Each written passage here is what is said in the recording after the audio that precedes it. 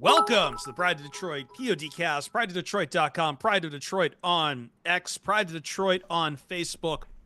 You know where to find us. Get the PODcast on your favorite podcast platform, Spotify, Apple Podcasts, not iTunes. I keep calling it iTunes, but it's Apple Podcasts. Any other where else you get your podcasts.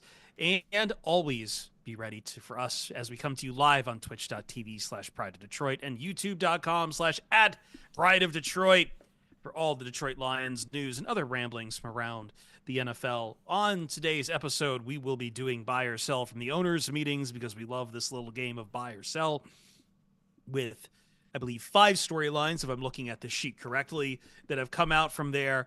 We will also be continuing our draft preview series on linebackers and defensive backs through days 1 and days 2 and 3. And the big question really is if there's anyone on day 1 to really talk about for linebackers besides Jahad Campbell. Spoilers.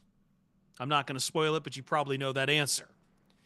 Now, I am Chris Perfett, the adequate host, at Chris Perfett on X, at Perfett on Blue Sky. In my monk mode phase, oversized hoodie, feeling like a robe, simple necklace, and trying to stay serene in spite of a non-serene world. Joining me, the fearless, no fear, leader, Jeremy Reisman, at Detroit on Lion. Jeremy, buddy, how's the fear factor? It's low. It's low because we're at kind of a deadish time of the NFL calendar, but we just completed the NFL owner meeting, which kind of like shot in the arm kind of thing, where now we have a whole bunch of other things to talk about for a little bit before we overanalyze the rest of the pro days and top 30 meetings and all that sort of stuff. And at this point, we're just over 2 weeks away from the NFL draft, so like we need to kick it into high gear, even though there's not a lot of news to necessarily talk about. Oh, I wasn't talking about fear about the NFL, but sure. That's all that my life is. Okay, fair enough. Jeremy was down at the owners' meeting, so I'll be handing him the reins shortly on buy or sell. But first, Ryan Matthews at Ryan_POD. How are we doing today, Ryan? You took the kids to see Minecraft, I heard. Well, my wife did, but I was at least there to receive them and how much they love Jack Black, and then I showed them School of Rock, and then I found out who Mike White is. And what a weekend it was for me. Are you talking about the former Jets quarterback, Mike White? I am not, and I'm not talking about anybody related to Jack White or Meg White. Oh, I'm not interested then. Speaking of backup quarterbacks, it's time to play a game of buy or sell from the owners' meetings, where I take one of Brad Holmes's or Dan Campbell's, like a quote from something he said that became kind of a larger story, and people are either like twisting it one way or another, and you guys are going to be buying or selling this narrative that's out there. And we are going to sell everything. Everything. We are going to start with the backup quarterback position because that turned out to be one of the biggest storylines. So let me read you the quote from Brad Holmes and what people are saying because of it. Yeah, I'm going to speed through it. Brad Holmes says regarding Hendon Hooker and Kyle Allen, we like Hendon, excited about him. I've always said about Hendon, kind of like his steps on his journey coming out of high school at Virginia Tech, Tennessee. Like, it wasn't immediately he was the guy. So, he had the injury the first year. Then the last year, it was the first year that he kind of was able to do the training camp, blah, blah, blah. We brought in Teddy Bridgewater just because we were gearing up for the playoffs and postseason, and he just wasn't ready yet, And he understood that, but still have high hopes for him, but nobody's going to be given a job either. So if Hendon wants to be the number 2 quarterback, then win the number 2 quarterback job. So a lot of people are looking at this and saying, okay, Hendon Hooker versus Kyle Allen is a real camp battle. Buy or sell, Hendon Hooker and Kyle Allen is a real camp battle. Ryan, I am going to sell this. Now, I'm selling a very specific part of this. I do think there is some issues around Hendon Hooker, and I do think at this point there's been enough smoke for me to think there's probably a little bit of a fire. I think the Lions struggling to get him ready has been going on a little bit too long now for me to say that there's nothing here.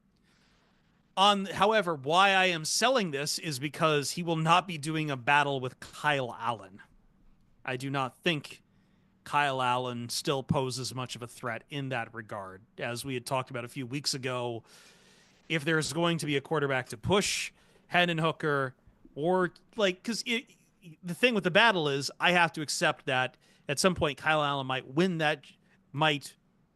If you put a battle together, you have to always presume either side could win. And let me ask you, is there ever a scenario where you feel, Ryan, you would be happy with seeing Kyle Allen as the backup quarterback 2 for the Detroit Lions? Because I can't.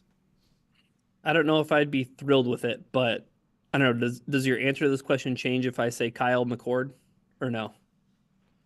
Yes, then that's a camp battle. That's what I'm saying. Like, if it wasn't Kyle Allen, if there was another quarterback here, if you gave me a different name, if there was another Kyle, yes, a different Kyle, or even a different Allen, I would maybe consider my answer. Yeah, I do think that there isn't much of a battle to be had, but I do 100% buy Brad Holmes saying, like, you have to win the job. Like, you can't go out there and do what you did a year ago, I think. Like, I think they want to see a lot of stuff cleaned up, because there were still some lingering things from that, those first preseason games that he played in, where it's like, you're not getting the team out of the huddle and getting up to the line in time. And like, all that stuff needs to be like a non-negotiable. Like, that stuff can't happen. And if it does happen, then I think that really opens the door, Jeremy, for there to be, whether it's Kyle Allen or another person. God, who's the other quarterback? Jake Fromm. Oh man, from State Farm. Yes, that's right. Jake from State Farm. Like, it could be any of those guys, Jeremy. I think that kind of, like, when we get into this next one, again, like, veteran guys, if they can win the job, then they're going to win the job. Yeah, to me, this screams motivational tactic to me. But the fact that he needs a motivational tactic is noteworthy, right? Like, the fact that they're going kind of publicly here, and Brad Holmes also straight up saying, like, he wasn't ready for the playoffs. He wasn't ready. That's kind of a revelation. Like, that was not the company line when it happened, right? The company line was into the Teddy Bridgewater, like, when he jumped into that game. We read a lot into that, and it's like, it just seemed like they were going with a guy who has taken meaningful NFL snaps before, has this under control, the story of Teddy Bridgewater, and it's just, now we're finding out, oh, actually, that line, he wasn't ready. If you're not ready for the playoffs, when are you ready? And listen, I don't hate the move. I don't think that necessarily means he was behind in his productivity. Like, it was his rookie season and all that, and he hasn't had any sort of meaningful snaps, and so I get why the Lions did it. But it was just a little bit surprising to hear Brad kind of lay it out bluntly. You got to win the job. You weren't ready then. You need to be ready now.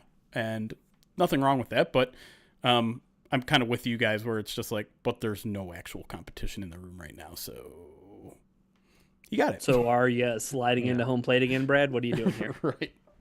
All right, next topic here, surrounding Christian Mahogany. Brad Holmes' quote: "It's a small sample size of the starts that he's played. They were promising. They were encouraging.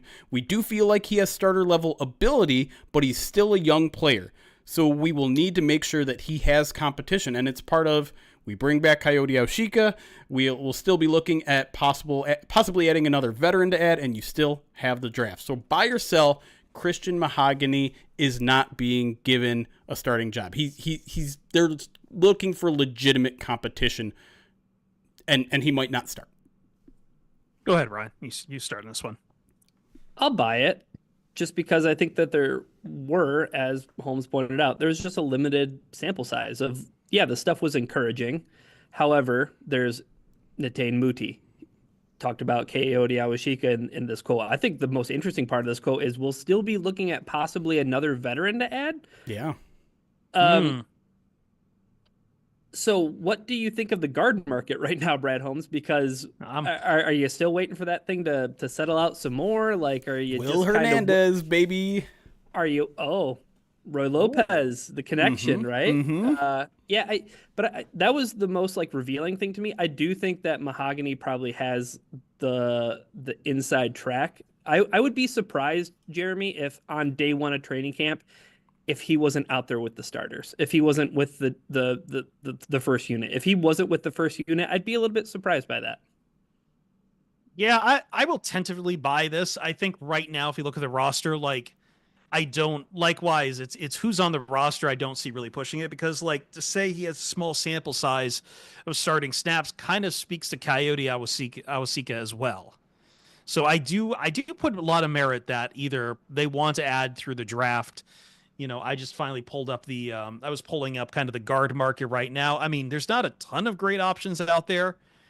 Jeremy. I mean, there's Brandon. There's some old veterans you can bring in between Cody Whitehair and Brandon Scherf. Yep. That would be interesting. Might cost you a bit, but I mean, I think the Lions have the ability to run with it at this point. What else are you going to spend it on here right now? You've got options at both the low end and high end of veterans to bring in. I think this is just kind of it's a situation they didn't want to really be pushed in here. I think they really wanted to have Zeitler back for another year. And Mahogany, while, good, I do buy into that. Like, look, this is kind of how the Lions operate. They're not just going to hand him a job. And quite honestly, I don't think even if it wasn't the Lions, like you've only saw a couple few snaps. Like, yeah, that does not a starter make right away. You're going to have to prove that in camp. Yeah, I've been saying kind of since the season ended that I feel like people are jumping the gun a little bit with Mahogany. He started 2 games, including the playoff game, and he was good. He was really good, no question. But it is a small sample size, and I do think the Lions would probably, in an ideal world, have a veteran starting instead, so that they can still continue to develop him. Not that he was a developmental prospect like some other 6th-round picks can be, but to me, it's clear that they intend on adding a guy that could start, whether that's in the draft or whether that's a guy in the few remaining in free agency. So I'm absolutely buying this, but I also kind of think Christian Mahogany is going to win that job eventually. Maybe not week 1, but eventually he's going to win that job. Okay. All right, moving on. Jameson Williams, always a hot topic here, and I think Brad added a little fuel to the fire when talking about him. He basically said, like, listen, there's been a lot of progress last year. We're really happy about that. We're almost certainly going to exercise his 5th-year option, but then he was asked about a contract extension, and here's his quote. "We're still taking it as it goes," later adding, "In terms of extension, again, there's a lot of extensions that are hopefully coming, but it's just one that you just don't know what's going to happen from a financial standpoint because a wide receiver, it's expensive. It's very expensive. Look, these are good problems to have." So, buy or sell, Jameson Williams' extension chances are actually in jeopardy. I'm buying this. I think I'm not saying that we're going to like wide receiver is so weird right now because I do think that there's been at least a popular conception that you look at the teams who are paying wide receivers right now, and they're usually not teams that are really they're sacrificing in too many other ways. And the Lions are in a position where they're paying a lot of premium positions or will be paying premium positions very soon. I think the opportunity cost to land Jameson Williams was like, I mean, you trade up for him, but like I don't think that really cost the Lions too much in any kind of long run. The investment in him has been fine, but it hasn't been great. The production's been there. The availability has been, at times spotty. I think that ultimately, though, this quote kind of underlies that there seems to be a lot that they're considering when it comes to the value of this position. And ultimately, like, you've got one guy on your roster right now who is the star of the show, Ryan, and that's Amon-Ra St. Brown, because of all he can do, because of all the pass catching you can. I don't know if you can really afford a second star at the prices wide receivers are demanding right now. They can't just do like a T. Higgins plus Jamar Chase situation. And ultimately, it's not running back plummeting of depth, but we've seen plenty of teams go back to the well now in the draft for wide receivers and just get production after production and keep guys under, team friendly controls. Yeah, the Jameson Williams comments are always interesting this time of the year. I feel like something always gets said about Jameson Williams before the draft that leads everybody to launching into a bigger discussion about Jameson Williams as a whole. I think at the end of the day, I understand the emphasis here seems to be financial standpoint, right? It's like you just don't know what's going to happen from a financial standpoint. And I think there's two comments in that single comment. One, are we going to trust Jameson Williams with the kind of contract that he would command on the open market? One, because trust me, there's nobody here who loves Jameson Williams more than this guy right here. And I talked all off season long last year about how he would unlock this offense in a way that, I mean, it did. Like this 2024 offense was different, and a lot of that had to do with him. But I think the other part of it though is it's like down the road for Brad. Like it doesn't sound like it's a very pressing need. It's just like I know it's going to be expensive, and I'll see if it's worth being expensive when that time comes, because they're already talking about, you know, the 5th-year option and exercising it. And it's like, well, oh, you're already at that stage. Yeah. Right? Like we're not hearing this discussion about Aiden Hutchinson at all. We're not hearing talks about a 5th-year option being exercised for that guy. Yeah. It's just a very different conversation, right? Yeah. So yeah, I will buy Jameson Williams' extension chances are in jeopardy in Detroit. I think to build on that point, Ryan, I don't think it speaks poorly of Jameson Williams as so much as it is about just the changing, like the reality of wide receiver contracts right now, the money they're commanding right now, the opportunity cost of getting a replacement, and like the fact that ultimately, as good as Jameson Williams is, he has a long way to go if he wants wide receiver 1 money, when the Lions are already paying a wide receiver 1 in Amon-Ra St. Brown. Sounds like the Lions are going to make him play himself into that contract too. No question. Which is fair, right, Jeremy? Like yeah. we don't have a ton of Jameson Williams. Right. And I'm very curious at what the national perspective of a guy like Jameson Williams is, because he's had a lot of very public bad things that have happened, right? And like one of the things Brad Holmes always talks about is you never know when you go into free agency, those external guys, you don't know how they're going to react to adversity. You don't know how they're going to react when you lose, how they react when you win. And I think a lot of people might, on the outside, might look at Jameson Williams and be like, I'm not going to take a risk on that. And if that's the case, like I think part of that quote is when he's talking about the market is we don't know what everyone else thinks he's worth. Levi Onwuzurike. A little bit. Like there's a little bit. Like I don't think you're going to get Jameson Williams on a $4 million a year contract. But like I think there might be a little bit of a public perception that would drive his market down. And I think the Lions might be willing to see what that is before giving him an extension. That all being said, I'm going to be straight honest with you guys. When the beat writers were talking after that press conference, everyone was like, so this is Jameson Williams' last year, right? Like they're going to trade him when he's on that 5th-year option. Because, I mean, that's how you're going to maximize your value for him if you don't, if your plans aren't to re-sign him. I don't know if I still feel that way, but like that was everyone's gut reaction is like, uh-oh, that guy's in trouble. So I would have to look at 2023 for anything outside of first round, but just looking real quick at who else would also have a 5th-year option that year among that wide receiver class. You're looking at like he was in 2022. He was at 2022. Yeah. Okay. So like he would be up there with like Drake London, Garrett Wilson, and Chris Olave. I'm going to leave out Jahan Dotson and Treylon Burks because those don't really. But like that's kind of the company you're keeping as far as first round quarterbacks who would be on 5th-year options. Yeah, wide receivers that are in that same class that could be in the same free agency class. Yeah, so that's what I'm trying to say is like I think it's just depending on what happens with a lot of those other guys, I think, and what would happen with 2023 wide receivers who don't have that 5th-year option, like say Jaden Reed, like I think that'll impact what's happening out there. It could be a boomer bust kind of contract here. I was doing a lot of draft trade research because I was bored over spring break, and there was one trade that kind of stood out to me after these Brad Holmes comments, and it was Brandon Cooks. Like the Saints traded Brandon Cooks the year before, and he was a 2nd-round pick, but like he had played 3 years in New Orleans. There was the contract talk, and it was New England came in and swept him up, and you know New Orleans got an extra 1st-round pick out of it. Yeah, they actually made out pretty well on the deal, but that was what I immediately thought of. Was like, oh, like the Lions are, like you said, Jeremy, the beat reporter, saying like, oh, this might be James Williams' last season in Detroit.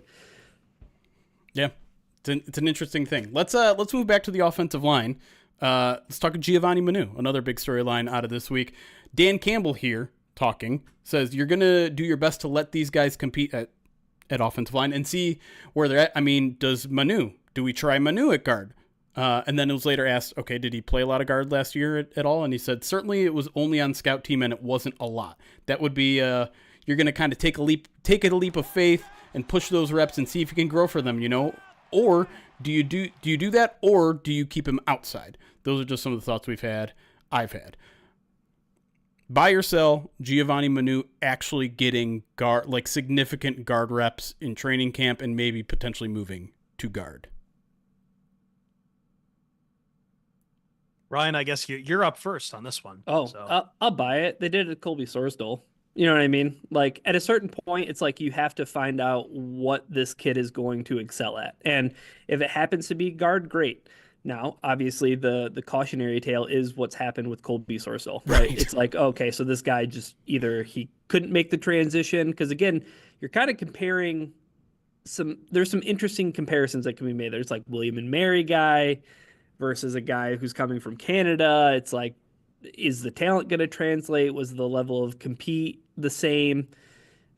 I do think that's the cautionary tale, is like you might be pulling this guy in too many directions. And maybe that's what happened a little bit with Colby Sorsdal. But again, it's year 2 and he was a project at tackle. So I think just he's going to be a project anywhere. So I buy that he's going to get guard reps because, I mean, we just went over the Christian Mahogany quote from Brad Holmes. Like, I think that there's just going to be competition there. And if Manu ends up being competition, then that's a good problem for the Lions to have, right? Like, you'd be happy if Giovanni Manu won the guard job.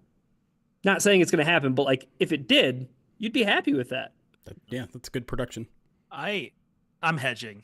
I hate to use that answer, but like I'm going to hedge on this one. But like, I mean, because I'm going to build off what Ryan said. I think he's already got enough on his plate learning how to play tackle right now. I wouldn't want to add guard to that mix. It sounds like, again, if I'm going to bet on anything, it feels like the Lions are either going to draft someone or go for a veteran of the remaining guard class. I'd rather like to see Manu focus on tackle, because also too, like the backup tackles the Lions have right now, like there's plenty of, I don't want to take away from tackle depth just to worry about what's happening with one of the guard positions. And that's ultimately like what Manu should be focused on, is the tackle. Could he be doing it? Could he be taking guard reps? Sure. But would I like seeing him take guard reps? Probably not. Because again, that means time taken away from playing a more, the edges of the offensive line, which is his natural position and what he should be doing to get up to NFL speed. Yeah, but he wasn't even tackle depth last year. He was just like a black hole on the 53. I know. Well, that's, yeah. But like at some point, it's, yeah, I expected, right? Like, yeah, that. I think everyone expected him to be inactive for 17 games last year, and so sure. I'm selling this. I mean, it wouldn't surprise me if they tried it, because they love to cross-train everybody at every position, regardless of where you're at. But I think I'm of the belief that, like, you need to focus on one thing with this guy. You essentially drafted him crossing your fingers and hoping he could eventually be your left tackle of the future, if not just your backup tackle, which is something they've not really had long-term. Dan Skipper is the guy, and they brought him back again this year. He could very well be OT3 this year, and maybe they leave it at that, but I'd like them to maybe have a more long-term plan. I don't like when Skipper has to take a lot of tackle snaps either. It's just, to me, and maybe this is me being overly optimistic about the pick, even though I wasn't completely thrilled with it, but I still think... Were you ever optimistic about the pick? I still think there is a path for him to be the starting left tackle as early as 2026. Sure. And I think... But I want him to focus on becoming that. Yeah. Exactly. And so I think messing with that opportunity by moving him guard, by throwing more things at it... I mean, you talk about... It's not just a level of competition that he is learning an entirely different kind of skill set playing at the NFL level. And it's not just going up against better players. It's about, like, you were just so dominant because you were big and fast. You didn't have to learn anything technical. So learn the technical stuff at tackle, and once you're there, we'll start to talk. But I don't think he's there yet, so I don't want him messing with any of that stuff. All right. We do not have a lot of time for this one if we want to get to everything else we got planned. That's okay. Let's make this a quick one. So I don't have a specific quote here, but kind of the major takeaway from Brad Holmes's media session was his explanation of free agency. Basically saying, listen, we have all these bills due. We weren't about to go take a vacation, as he used in his kind of analogy there, saying, listen, we got to pay for our child's college down the road. We've got to, save our 401k, all that sort of stuff. We're not going to spend wildly on free agency right now, and probably for the foreseeable future, because we need to make sure we have that budget balanced. So buy or sell that. Did he win you over with his free agency strategy, or do you think, one, it's a bad analogy, two, it's bad policy? Well, I can't say I'm won over by free agency, but I am buying that you can't, take a vacation this year, that you are going to have to budget this. I don't know about putting money into a 401k right now, but I do think that I do think I've seen too many NFL fans and too many Lions fans lately trying to talk themselves, saying the salary cap isn't real. The salary cap goes up every year. This shouldn't be an issue. Trust me, they're already working in that the salary cap goes up quite a bit, and this is wise, this is smart. This is the downside of drafting very well. You have to eventually pay those guys. I completely buy that at this point. I wish you had more room on the plate, but I'm sorry, this is just how it works in the NFL. It's how a salary capped sport works, and you can't just ignore that the cap, you can't pretend like the cap is always going to go up in a way that will always benefit you, or that it hasn't already been planned for all of these contracts as that salary cap goes up. I know there were plenty of people in Detroit media who think it was a terrible thing the Lions didn't make a splash in this free agency, but we've talked about this, Ryan, nonstop about what this team wants to accomplish and wants to be relevant for a long time. And I know everyone wants to say you should win now, burn everything. Great. It's still a lottery ticket. And at least with this approach, at least when your shot in the playoffs either works or doesn't work, it doesn't mean you have to tear it down to the studs in 3 or 4 years. This is a perfectly acceptable buy for me. It's reality. You got to take home economics again, folks. Yeah, I guess maybe they budgeted right for a cornerback, and Carlton Davis was too expensive, so they got DJ Reed. So I think this is just a bad analogy, Jeremy, because I still feel like that's a bit of a vacation. I thought it was either Carlton Davis or we have to stay at home. And so maybe a staycation. Maybe you went down the road. It is? You drove up to Grand Rapids. I was going to say you got to go to Petoskey. You got to drive up to Charlotte. Yeah, it's like you're up north. We didn't get to go to Cancun. Sure, great, but we still made it out to the Outer Banks. That's fair. I think that's a fair analogy. Yeah, I mean, we've been talking about this the entire time, really even before free agency, but certainly after free agency, that we knew the Lions weren't going to be big spenders. We'd be surprised if they were ever seriously involved in any of those edge guys. I do kind of wish, and this is obviously more my fault than anyone else, that maybe Brad Holmes had been pushed a little bit just by the media and asking him, what are your thoughts on the strategy of dipping a little bit into future years, and don't you think, if you're so good of a drafter, don't you think you could pull yourself out of a bit of a hole in the future? How far are you willing to go into using future assets in terms of cap space? Because, like you said, they did go DJ Reed. Why not? How far was that line, and why wouldn't you necessarily cross that line? We didn't really get an answer of his response to the other point of view, which is, hey, push in a little bit now and try to make up for it later, because those are tomorrow problems, and you're a good drafter, and you can make up for that in the future. But ultimately, I do agree, but I kind of wish someone had played a little bit more devil's advocate with him just to get his answer. Well, I mean, with him saying oh, you're so good at drafting, don't you think you could drag yourself out of this hole? His response should have been did you see the contract I gave Roy Lopez? I'm not perfect at drafting, okay? Fair. Yeah, he's going. He's just gonna bury Broderick Martin like that. I was gonna say we just got done like hemming and hawing about like Hendon Hooker and Gio Manu and Christian Mahogany. Like the Lions take plenty of these projects too, but yeah. But you know what? We're no matter where you're going on vacation, Righteous Felon Craft Jerky is with you for that trip. Great. You need snacks on a road trip, Jeremy. Stop laughing about this. And you know what? It's a decent. It's a B+ segue. How dare you? I do my best every damn time. No vacation for you now. I'm not even going to the Outer Banks. It's the jerky that fuels the Pride of Detroit POD cast. 2-ounce bags of jerky with 16 to 20 grams of protein. Meat sticks with 8 grams of jerky. If it's good enough for us, it'll be good enough for you too.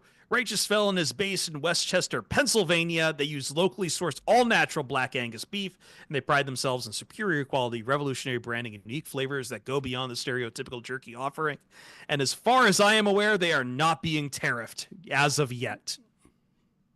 So, we're going to help you get it lower, too.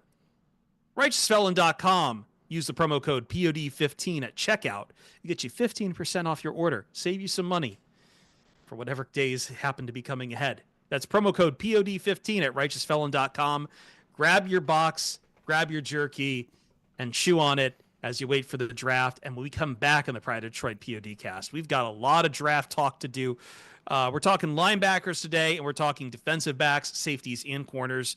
We'll talk all of that next on the POD cast.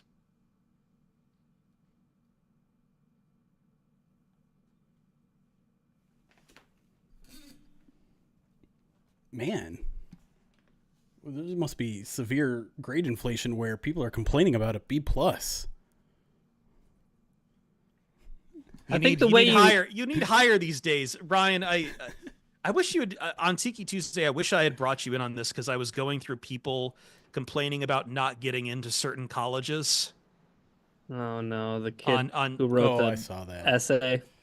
No, well, that, and then there was like someone went completely nuclear on Reddit. It might have been bait, but he was like going nuclear because he didn't get into MIT, but like he still had Stanford and UMD on the table. And I'm like, all right, chill the fuck out. Which, by the way, yeah, that guy on Twitter, the STEM guy or whatever, it's like, cool. You still got into Georgia Tech, which is great for STEM, and Texas, which has like an insane alumni network, in Austin, which is like, Texas Silicon Valley. Yeah. Was that the same kid who like unintentionally wrote a letter saying like, I didn't want to go to college? I didn't want to go to college, but like now I just want to go to college for the reasons that have little to do with school. To enrich myself. Yes. Yeah. That was him. Yeah. So I think the 3 schools, so he got rejected from like all the Ivies and MIT, USC, Duke. I think the 3 schools he got into were like Georgia Tech, Texas, and I forget the third off the top of my head. Yeah, I just felt like when Jeremy said B+, he kind of said it in the way that Triple H would talk to Daniel Bryan and say like, you're a B+ player. We're on the road to WrestleMania. Okay, I found it. He also got into Miami of Ohio. I mean, sorry, not Miami, Ohio. Miami of Florida. The U. It's like, okay, nice private school. I no longer know what we're talking about. I saw the one essay that someone wrote about how his life is over because he didn't make the colleges that he wanted, and life is unfair because he. That's the Reddit guy. Yes, that's the Reddit guy. That's the guy who like still had like on the table still had Stanford was complaining because MIT turned him down. Right. Which like I don't know. I don't want this to become the podcast that talks about Reddit posts. Like, no, but like, how many podcasts are there already out there that are doing "Am I the asshole" breakdowns? Not enough. I don't like that genre. But like, look, I think I do have a little bit of sympathy. I mean, Ryan, we've all been rejected. I mean, show of hands, who all of us got into the first school of our choice? Because my first school of choice was Georgetown, and let me tell you about the rejection I got. Oh, shut up. Michigan was not your. You first asked. Hey, wait, how is it that Michigan's your first choice? Michigan is the only school I applied to because I didn't know what the hell I was doing academically. Okay, that's fair. That's fair at least. Okay. I was not ready to make a big life decision, so I'm just like, hey, I like this school. Their football team's cool. They're pretty good academically, so there we go. That's fair. Yeah, I mean, I went to Ferris State because I wanted to follow my high school girlfriend, so not incredibly difficult to get into Ferris State. I mean, go Dogs. I'm not saying anything about it. I'm just saying. Oh boy, now we're gonna have Ferris State people in our comment section. I stayed there for a semester because it was not it. And then transferred to Oakland. Go Grizz. Yeah, like I have like my parents to blame. You know what? I can't talk about responsibility. I'm not allowed to complain about responsibility. We were just complaining I made great choices. Yeah, I mean, you picked up your kids from Minecraft. All right, I'm gonna get to alerts because I don't know where this conversation is heading next. Why? We're just having fun. Mr. Broker, 36 months subscribed to the channel. Thank you so much on Twitch. Nick the Greek 100-bit says sell all your stocks and invest in Jahmyr Gibbs jerseys. I want to put a pin in that, and we talked a little bit on the midweek mail, but I want your guys' opinion on changing uniform numbers. Put a pin on that. Okay. Real quick though, just before that, I did, as I was bitching about the spam in my inbox, someone did send me a very cool meme involving that with Gibbs and Montgomery with Honolulu 5-0. Yeah, that seems forced. Just do Hawaii 5-0. Oh. I don't know. I think I'm old enough to know Aikika Alama Francis. And that was kind of his nickname was 5-0. Oh, okay. And he was a Hawaiian player. And so I'm just like, Jahmyr Gibbs and Dave Montgomery already have a nickname. What are we doing here? I just like Hawaii themes for Detroit. I mean, it's why I renamed the Discord Tiki Bar. People are never satisfied. I mean, they want new nicknames for people. Rhythm and Brews was already awesome too. I think we should just go back to that. It's like Kevin Durant. Everybody calls him KD. It's a perfect nickname, but they're like, no, we're gonna call him the Slim Reaper. I'm like, KD wants you to call him the Slim Reaper. Okay. Yeah, okay, KD. All right. Anyway, sorry. Rise the Beast $2 donation on YouTube says, "Oi, gents, nice weather today, isn't it?" Wow. Am I watching an episode of Bluey? I just sold that like a mother. Do they say "isn't it"? I thought "isn't it" is more of a British thing. Do they say it in Australia too? Isn't it? Isn't it? Isn't it? I don't think they do in it. I don't think they do in it, actually. I've been to Australia once, and I'm doing a half professional opinion. I do not think it is in it. Junk Trunk 33 months says, "Is the draft here yet? Go Loins." Go Loins. RC Vader 32 months says, "Hutch with those fresh legs, boy." I think we can finally say Hutch looks like he could play. He's ready to play in the Super Bowl right now. He's ready to play in the Super Bowl 3 months later. Yeah, now he can play 3 months after it's played. 2 months. But did you guys see Ty Shelter's tweet about it?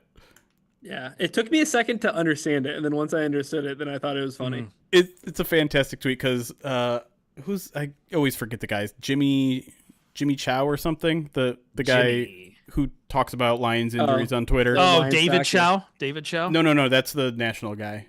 There's a local guy. But anyways, he said something like, Jimmy Lau. He says he like did a breakdown of the video, and he says clunky running is gone, now looking good with lateral cutting motions. And Ty goes, Aiden Hutchins says, "Doc, after the surgery, will I be able to run without it looking clunky?" Doc says, "After appropriate recovery time, yes." Hutchinson replies, "Wow, I never could before." The Waluigi ass run. Yes. Wow. Anyways, I thought it was funny, and yeah, it is. It seems like Hutch is probably going to have like a full off-season program, which is pretty cool. Lions might take him a little easy in the spring here, but Robo 40 months subscribed to the channel.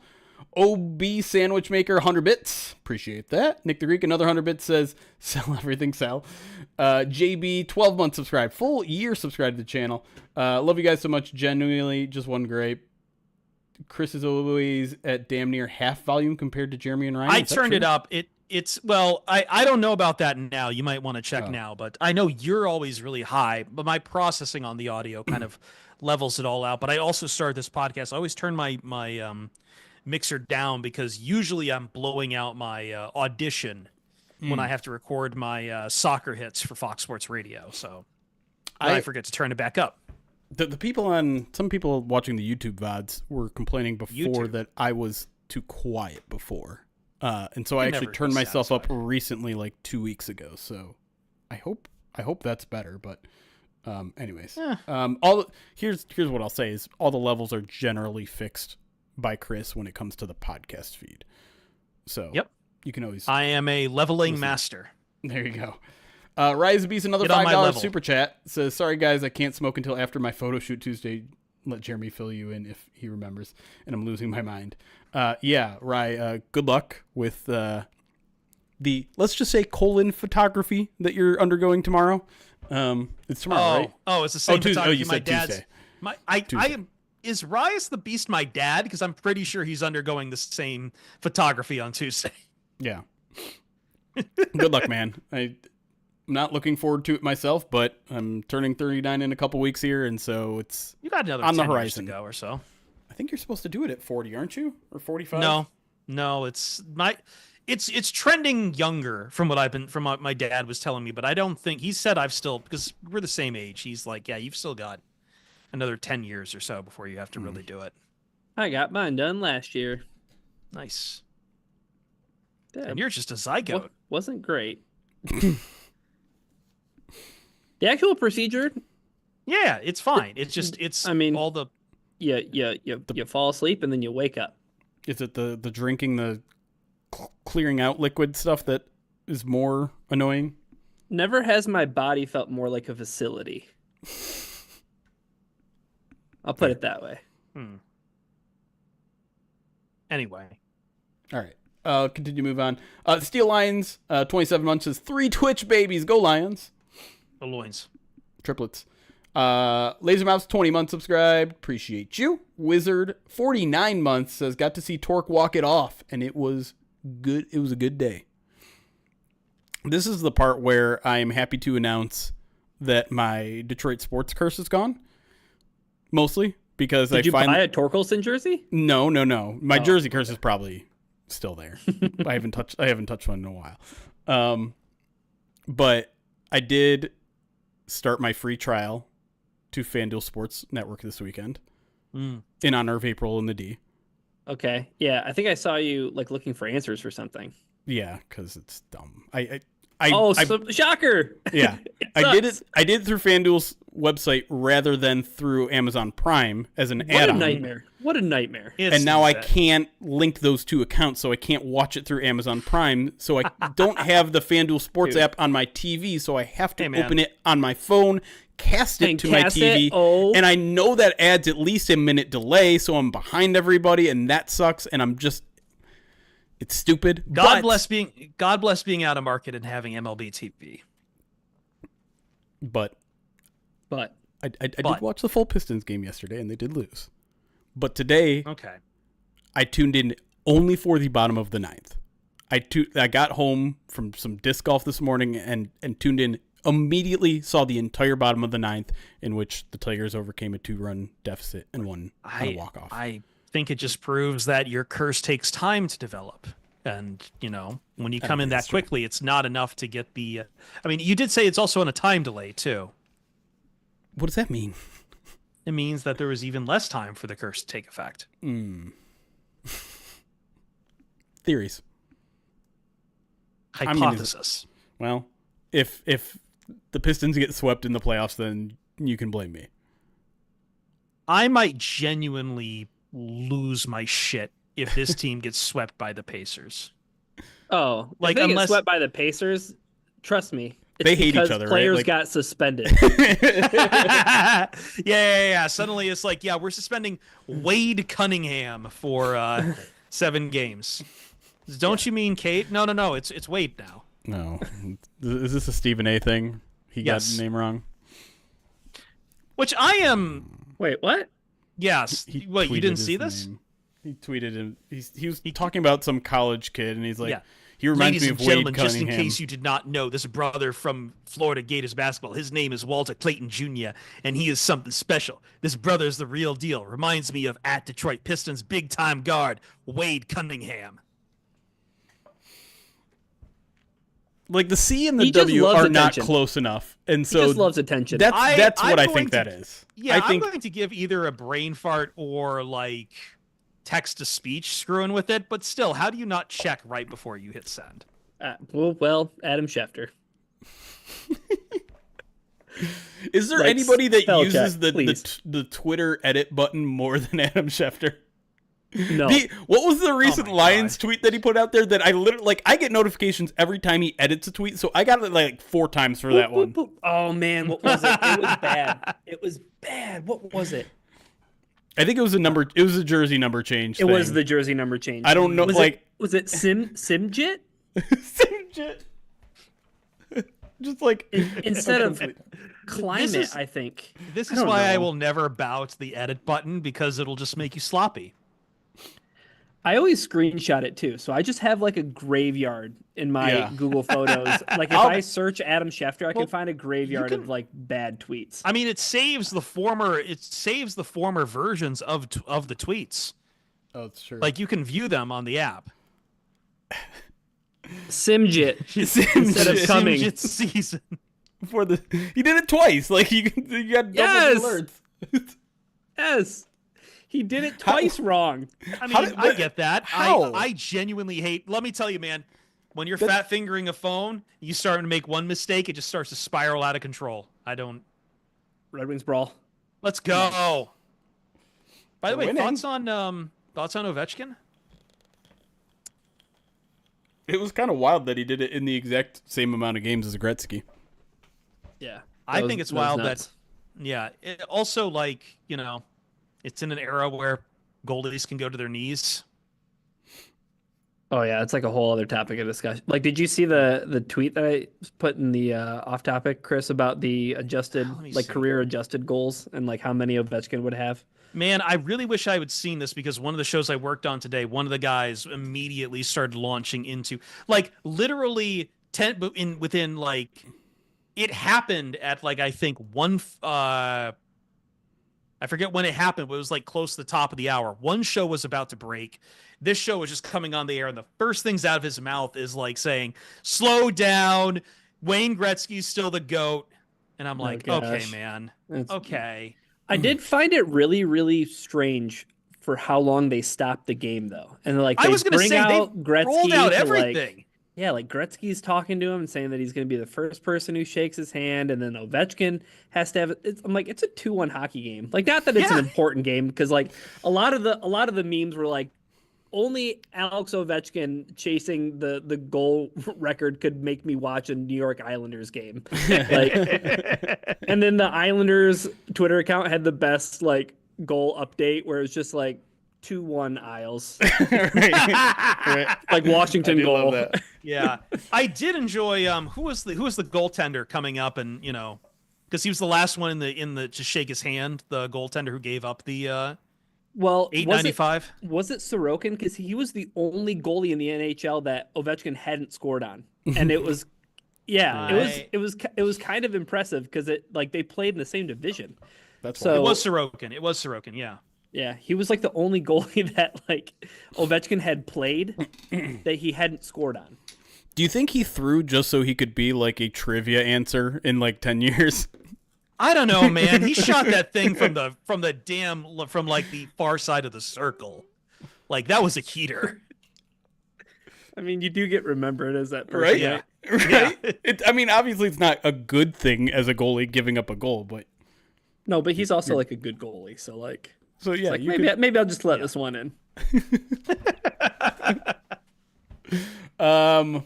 But it is insane. He broke his leg this season. Yeah, Sorokin did or Ovechkin? No, Ovechkin. Ovechkin broke his leg and came back. I don't think and broke this record. He's what was it? 41 goals this year.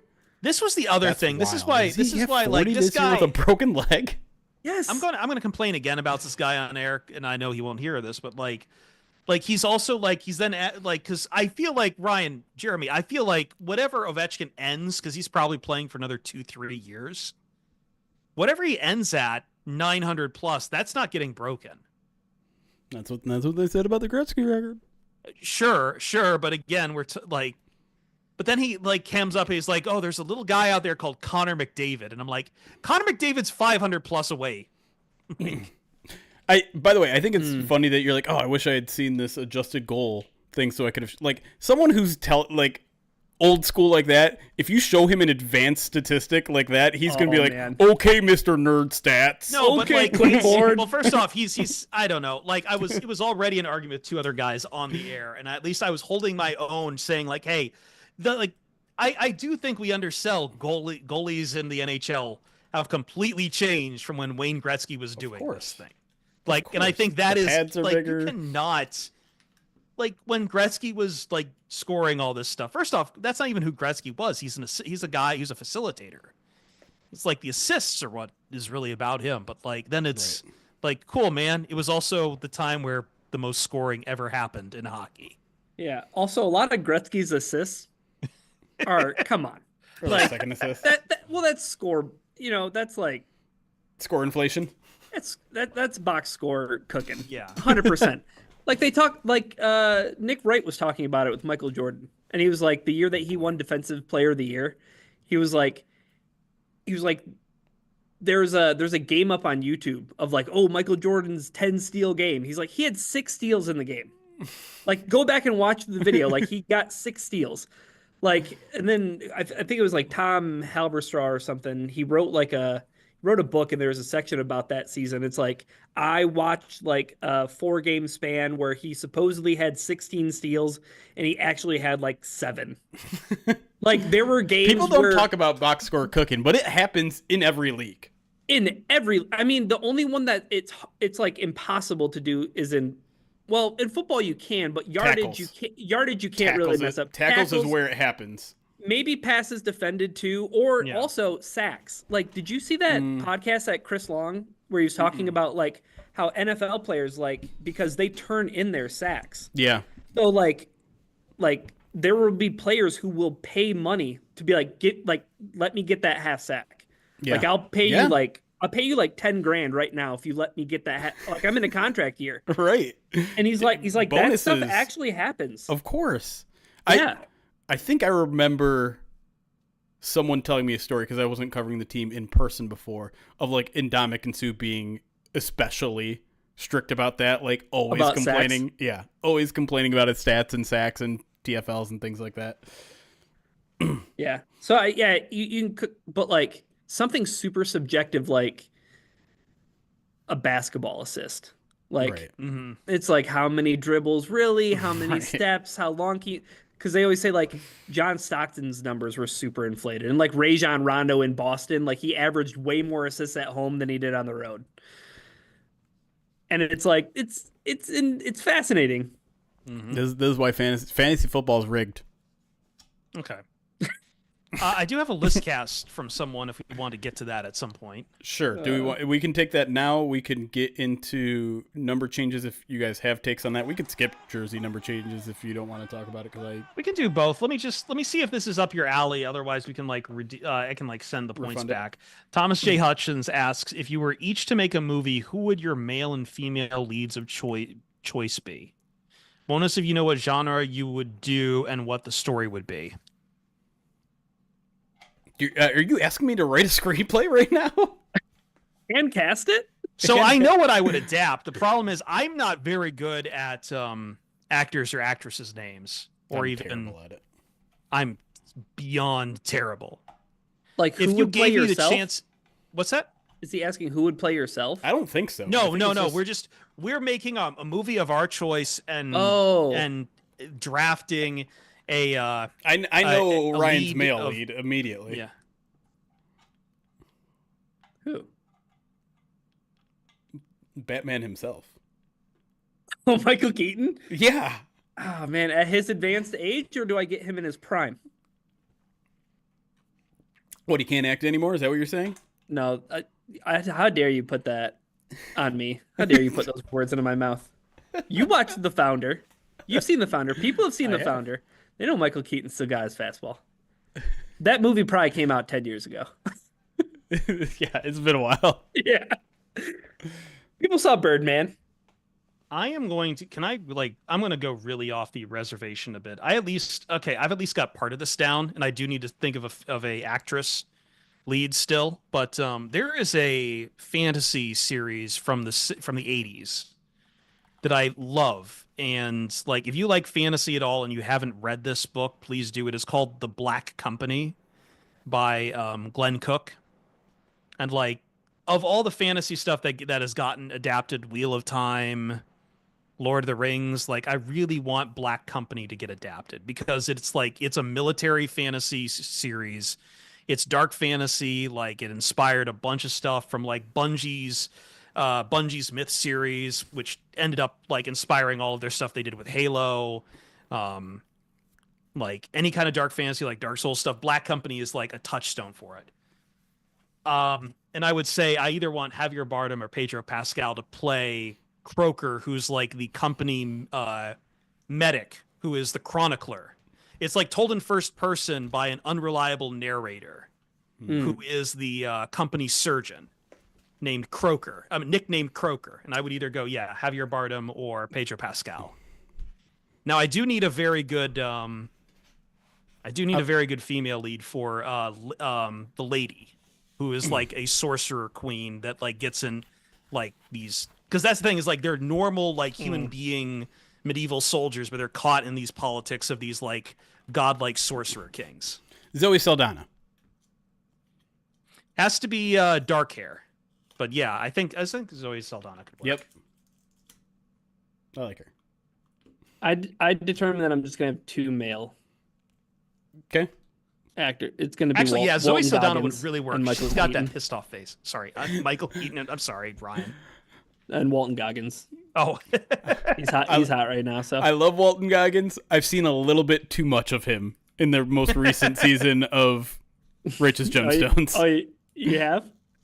Yes. And anyone who's kept up to date, particularly with the opening scene of the last episode, just like there is literally no purpose to the scene other than gratuitous over the top nudity of Walton Goggins. That is the only point of the entire scene.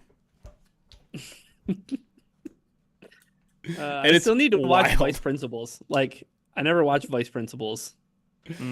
That's next on my list. I don't know if I have any good answers for this. All I want to say is I saw Sing Sing on the plane to Florida, and the lead in that movie, whose name is Coleman Domingo, was phenomenal. And so put him in something. What was it you saw him in? Sing Sing. Oh, okay. It's a story about a that's a prison, isn't it? A theater program in a prison, yeah. Yeah. Funny enough, isn't there like a 30 for 30 or an ESPN Presents about like a boxer who was in Sing Sing prison? I'm trying to remember the name now. But like it was like a falsely convicted boxer. Like a real life like hurricane situation. Yeah. Not Sing 2, that's different. Jesus. You know what's always exactly. what's What always movie on? was it? Pitch Perfect? What movie was it? Actually, speaking of those 30 for 30s, you know what's always on ESPN2 this time of year and always gets my tear jerks going? Is Survive in Advance. The NC State Jim Valvano one. Yeah. Because it's got the scene at the end where everyone knows Valvano's dying of cancer and he, comes to address the NC State, champion reunion one last time, and it's just like, damn. Yeah. No, man, I don't know. I should stop steering clear of like seeing things that are like sad. Like I haven't watched Iron Claw. But like it is, but Valvano's so inspiring still with every last one of his speeches, though. 100%. I can't. Like I'm not saying it's not worthwhile at all, or like I'm just saying like personally, I feel like life is just like as hard already as it is. Like do I want to like devote like 2.5 hours of my day to like, oh my gosh, like what a tragic story. Yeah. Like this is so sad. Right. It is, There are a man, lot of like historic movies that are like about really, really heavy topics where I'm just like, I'll watch that when I'm in the mood, and I'm never in the mood. When are you in the mood? Yeah, you're never in the mood to see, Holocaust stories, right? Like they're important films. Don't get me wrong, but it's hard to get yourself to work yourself up to watch one of those.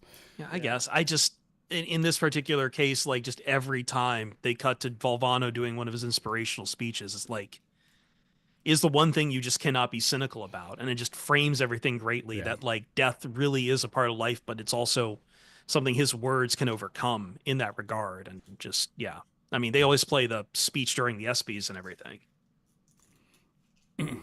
True. Anyway.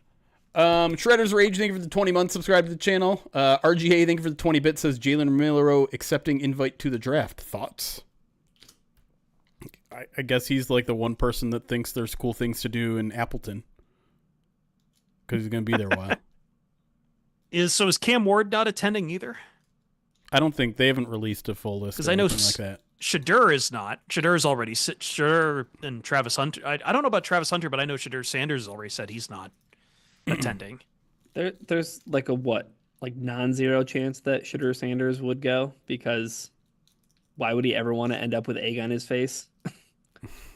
I don't think he's going to get past 15, but I also think that look, the argument's pretty sound too. It's like regardless where you're going, you'd rather be at this point at home with family and friends and everyone else you're going to have around there, and just like what do you get going to the draft at this point other than shaking Roger Goodell's hand? Yeah. Well, I mean, maybe he just wants to go because he wants to, not Shadur, but Milroe. Maybe he just wants to pick the brain of QB1 in Green Bay. I mean, not the quarterback who's like actually at the top of the depth chart. I knew this true was QB1. We loud and clear. Malik Willis. Like the punchline was Malik Willis. But doesn't that draft kind of feels at least somewhat similar. Like I think everybody's like sold on Cam Ward as like the number one pick. Like he's I'm not saying that he's like infallible. I'm not saying that he's like a Trevor Lawrence prospect or anything. I'm just saying that I think that there's enough behind the idea that he's going to be the number one pick for a team that like needs a quarterback. Yeah. But are we though? Like, because I feel like Sanders is like the better suited for the NFL. Is just you have the giant red mark of how much influence is his dad going to have, or as Mike Tanier calls him, like the Godzilla helicopter parent.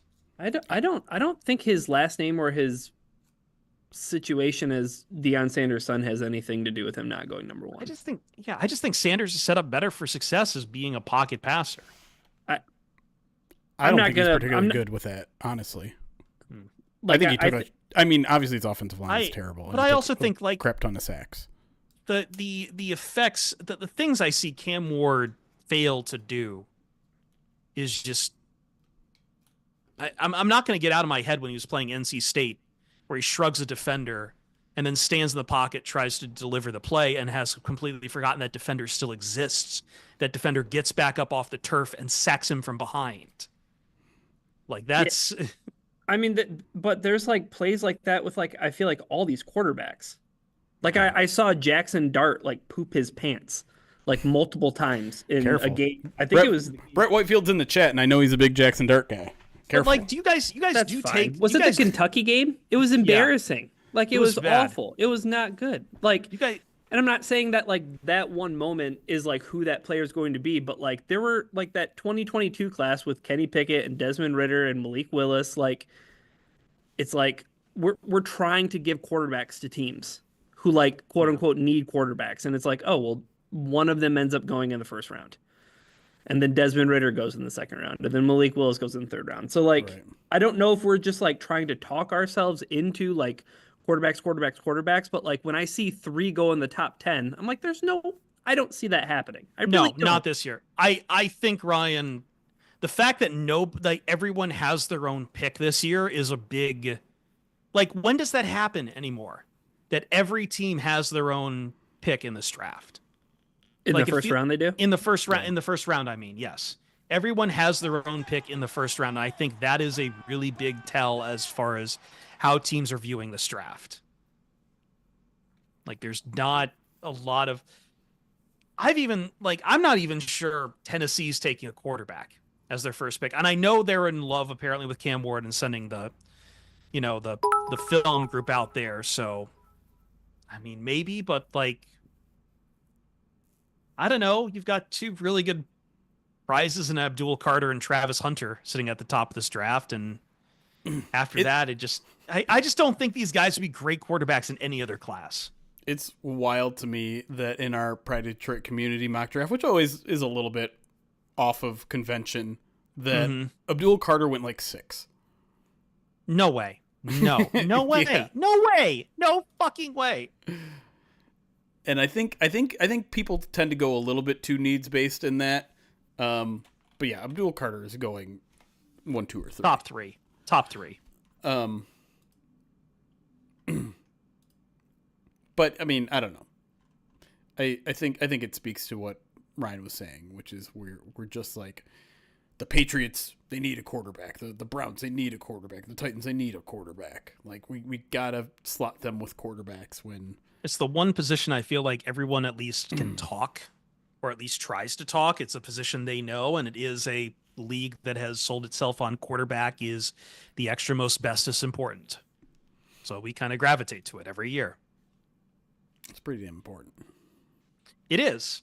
But I would also find it insane for the Giants to have a quarterback room. Like when I see a mock draft that's like, oh, they're going to take Shedeur Sanders. I'm like, oh, so they're going to have Russell Wilson, Jameson Winston, and Shedeur Sanders in the same locker room. Meanwhile, the head coach and the GM probably feel like their ass is on fire right now. Like they need to do something or not. And it's like, oh, so what are you going to do at quarterback? Yeah, and if you've seen anything in this league, getting a rookie quarterback extends your timer, at least by a year, usually. Maybe. Unless you're the Chicago Bears. Yeah, and I mean, or unless you're the New England Patriots. And I mean, I look at the Titans and like I don't. They're going to draft Cam Ward. I think they're drafting Cam Ward. I am overthinking it. I just don't think that is a number one. Like, I'm not saying this class is going to go down as like 2013, where we didn't pick a quarterback until like near the end of the round, Ryan. I think that was like the EJ Manuel class. That was like the trenches draft. That's kind of like what this draft class is, but I feel like people are just putting so much importance on quarterback nowadays. Well, I think teams are just so needy for quarterback in nowadays too. Like I guess my reticence is like, yeah, they still have another year you could figure out stuff with Will Levis, but sounds like they already want to move on from Will Levis.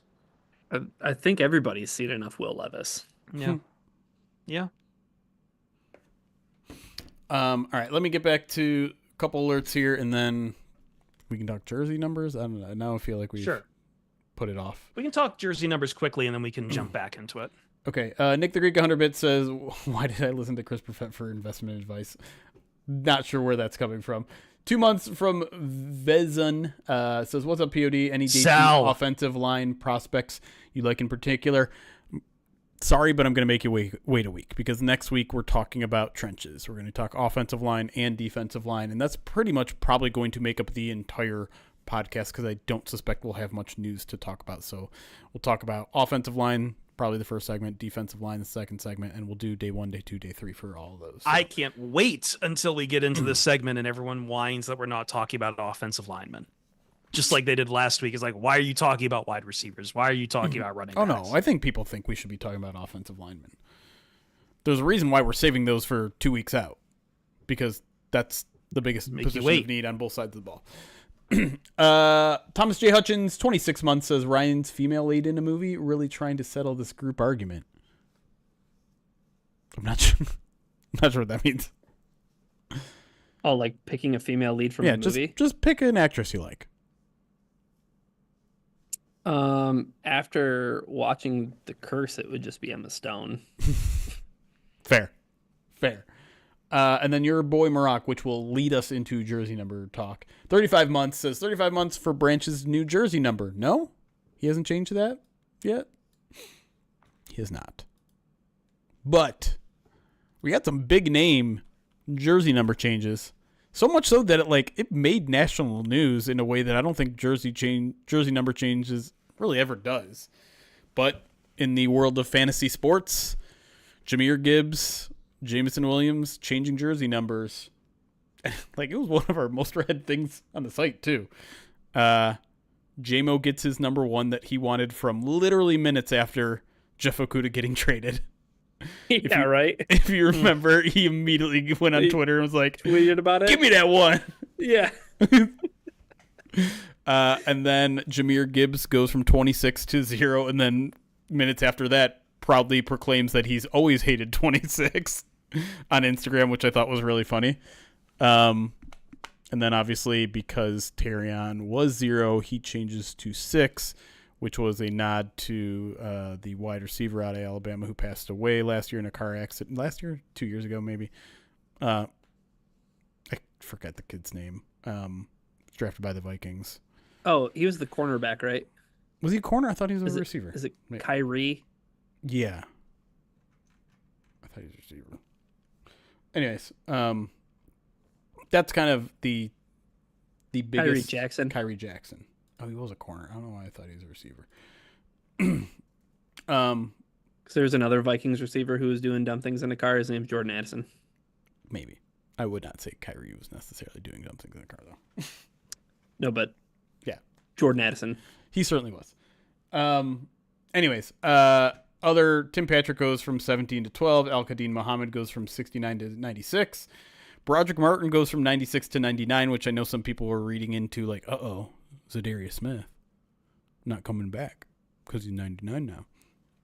I think you're reading a little too much into that. Terrion 0 to 6. Ennis goes from 15 to 9, so he takes over Jamo's 9.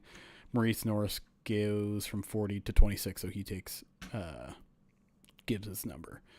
And then if you care about new numbers for new players, DJ Reed is going to take 4. Rock Ya-Sin is going to be 23.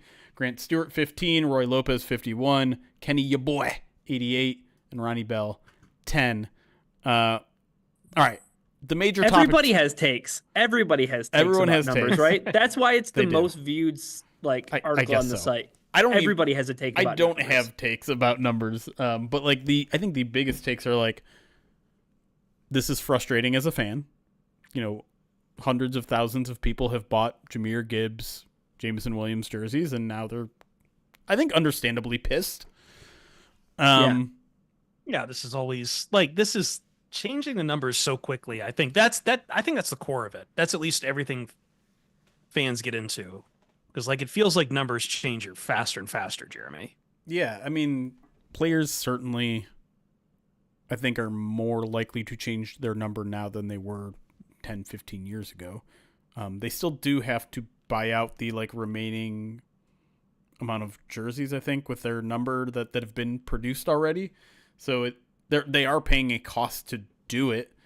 And I understand the frustration from fans, but I don't know how you change this. Do you set a limit on how many times you can change your jersey number in your career with one team? Do you say, well, you can't do it after this many years into your career? I don't have an answer. I personally don't care. I think there is kind of an unwritten agreement that if you're buying a sports uniform, you are putting yourself at risk of being out of date in the next week. The guy can get injured and his career could go over. He could get traded, or there's just kind of an unwritten, I don't know, risk in there where it's just well, it sucks, but what are you going to do? Yeah, I think a lot of people's immediate reaction was oh, what about the jersey assurance? Don't you And then I was oh, clicked on a couple of links and I was Michael Rubin hates kids. No, he wants your money. Fanatics wants your money. I'm sorry. I regret to inform you, but they just want your money.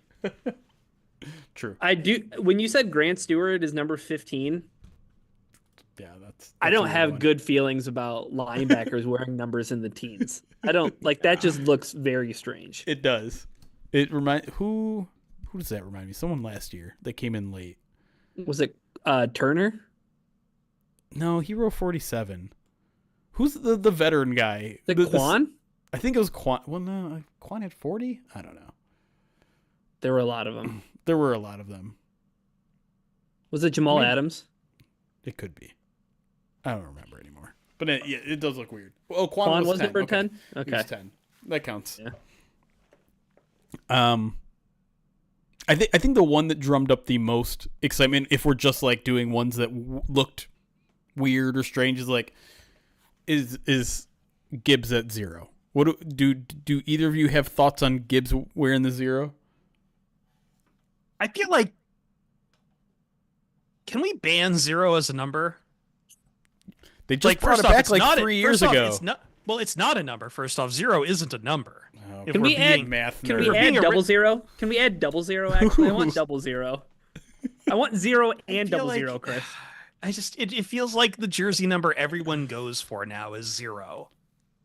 Like who had 0 before him? Like I swear, Terrion had the Sub-Zero thing. I thought that was kind of cool. But then there was Marvin Jones was the one before that, I think. Marvin Jones, that's who I was thinking of, right? When he came back the second time around, because he was 11 the first time around. Yeah, when he came back, he was like, my kids thought it'd be cool to take 0, so I said I took the 0.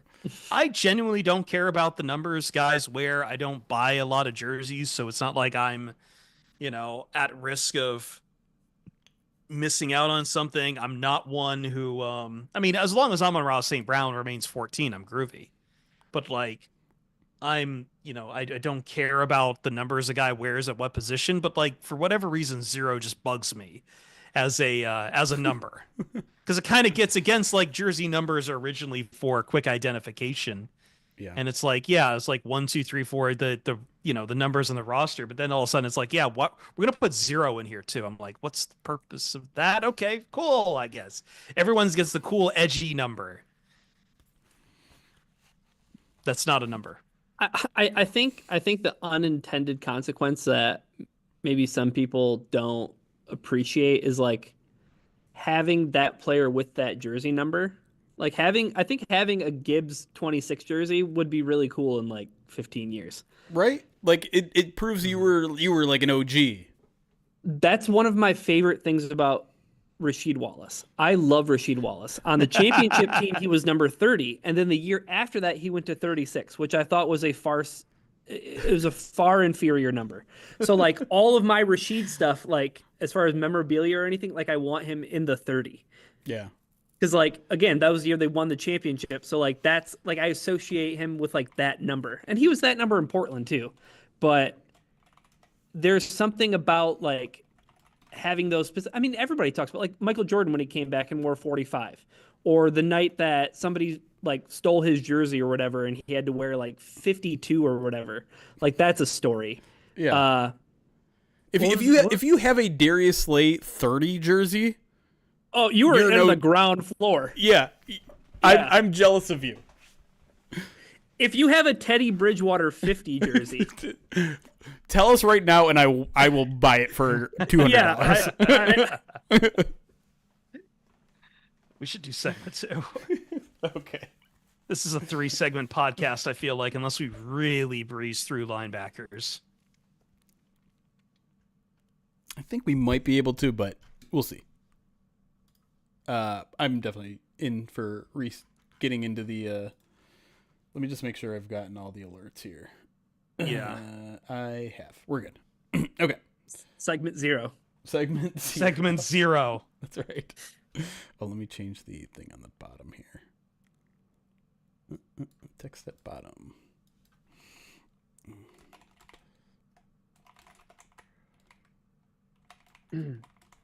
Last thing, did you see that UConn has 12 wins in the Final Four by 20 or more points, and that all other teams in Division I women's history have 11 combined? 11 combined points or championships?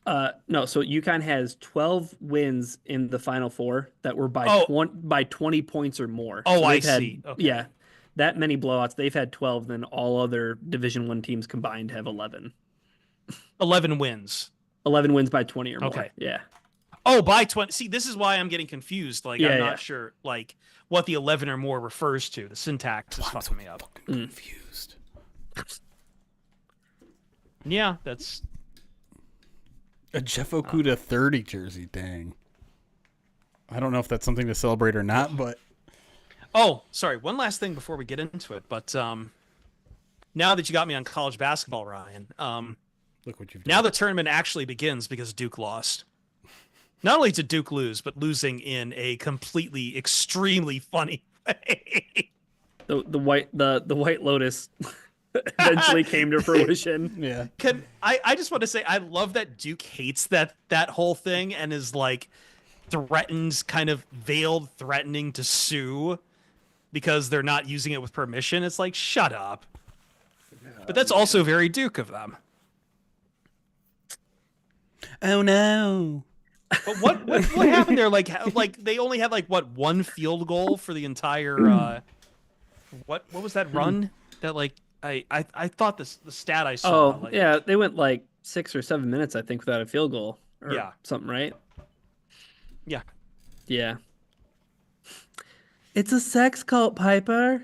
Duke. Oh no, even more. So Duke only had one field goal in 10.5 minutes. The last 10.5 minutes of the game. Oof. Sorry, Cooper Flag. Not sorry. Segment 0. Yep, segment 0. I just wanted to remind people, as always, that Duke sucks. People have forgotten how much Duke sucks.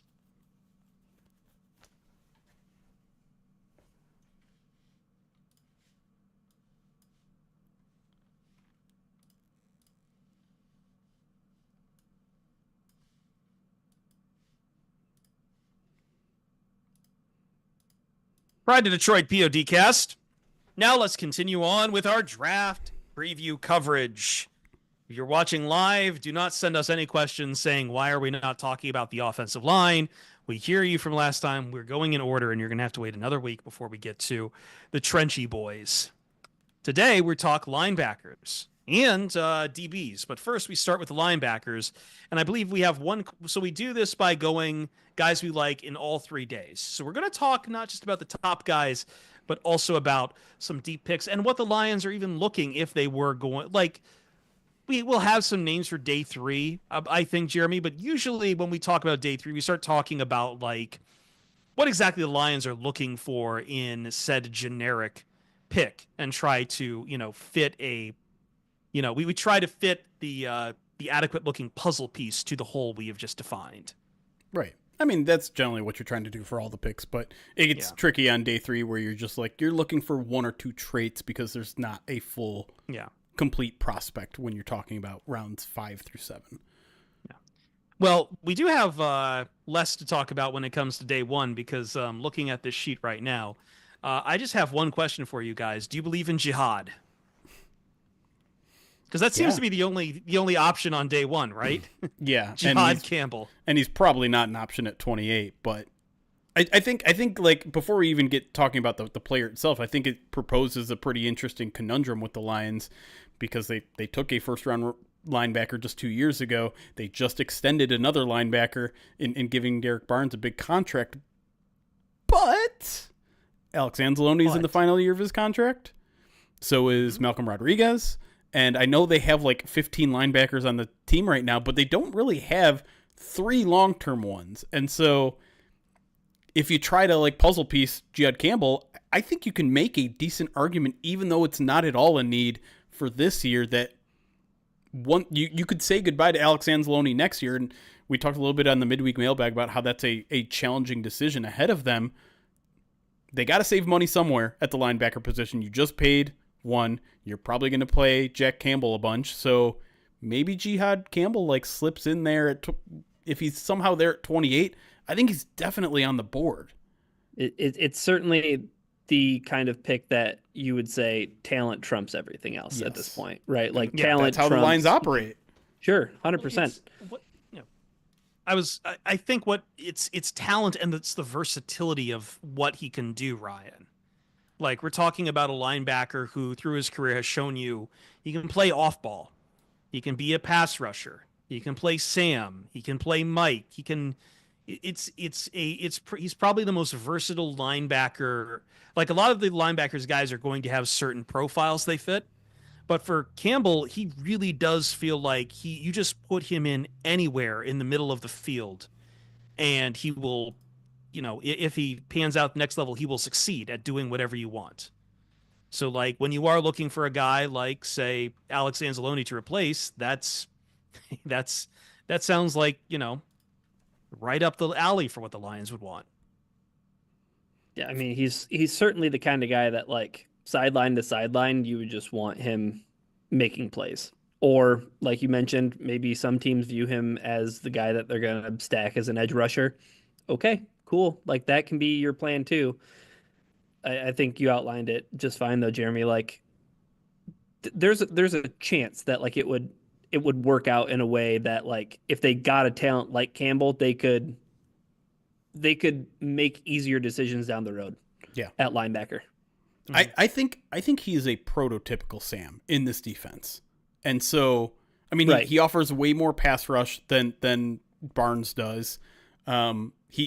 You mentioned it, Chris, like the versatility, the ability for him to play any position means like that's what they want out of that position, because you don't know if he's going to blitz on a play. You don't know if he's going to drop into coverage on a play. You don't know if he's going to just blow up an offensive lineman because he can't.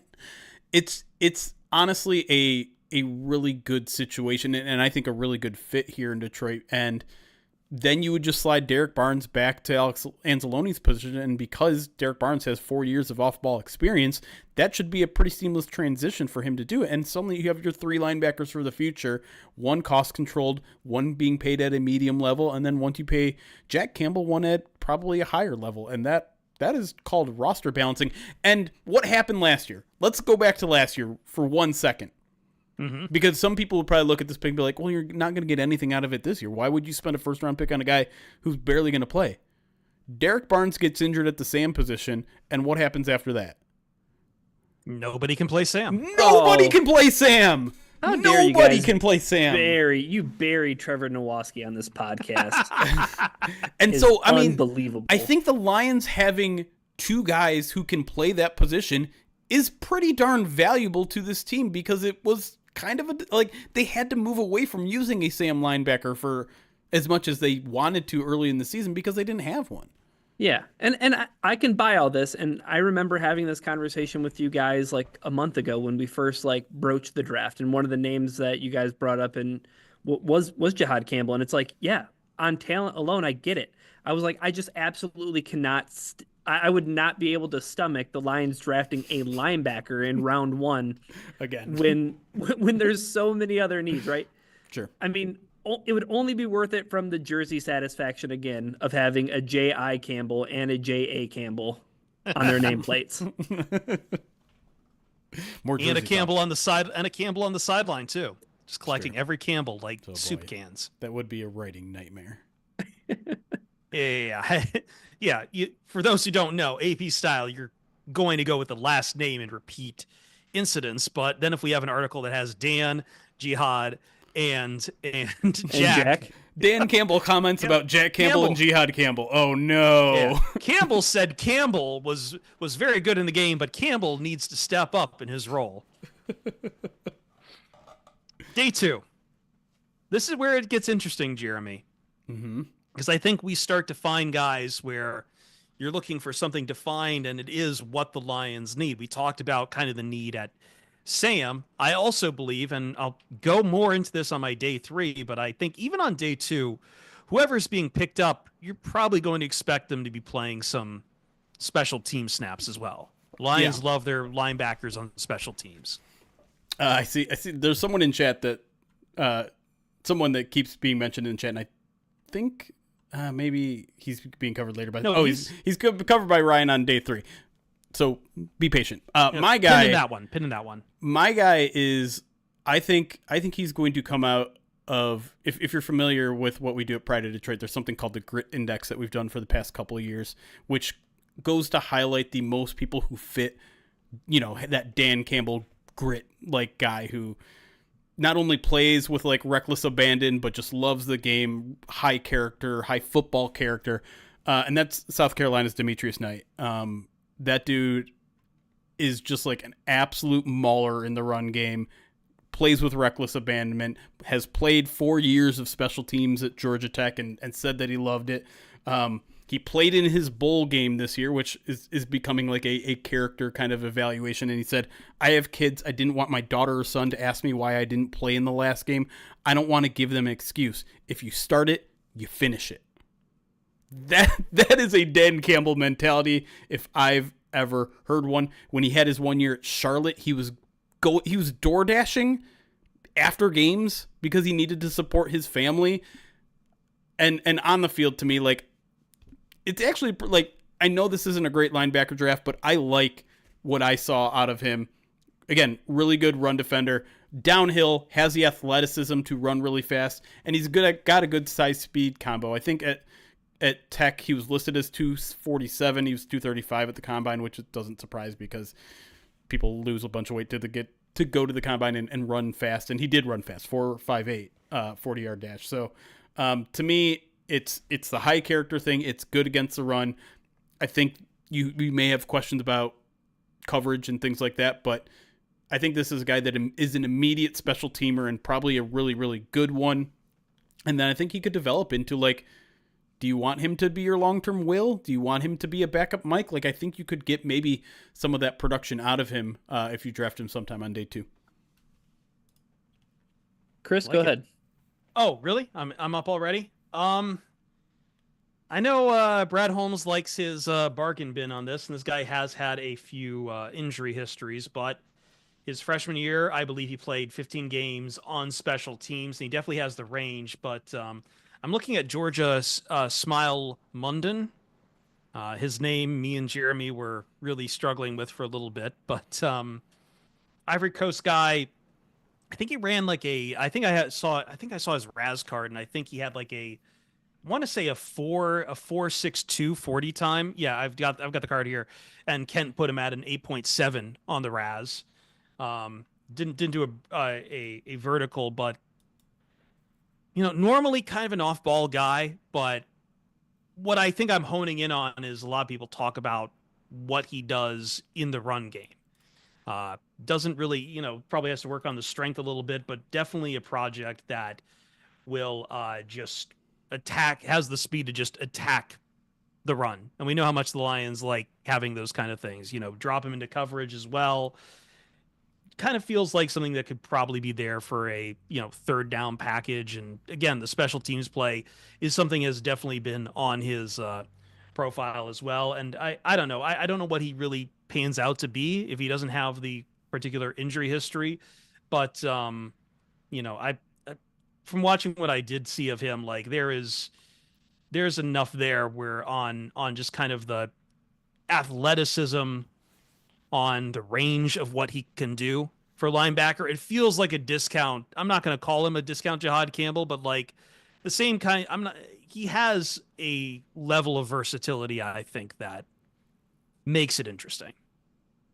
Yeah, I think versatility covers my guy too. I have Carson Schweissinger out of UCLA. He's a guy who I think he's a little bit on the lighter side, 6'2", 225. So I think he would long-term probably project as a will guy, your guy who has more agility, your guy who can kind of fly around to the ball, things of that nature. I mean, a really impressive stat.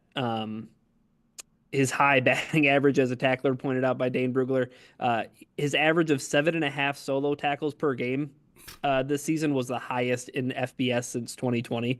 So he's a guy who's just constantly around the ball. He's a guy who really thrives off his instincts and his football IQ because, again, he's not very – it reminds me a little bit of Malcolm Rodriguez, not in the same sense because I think Malcolm is just like one of the weirdest, strongest people I've ever seen in my entire life, the way that he can play linebacker and, leverage his momentum and use his weight to his advantage because of that wrestling background.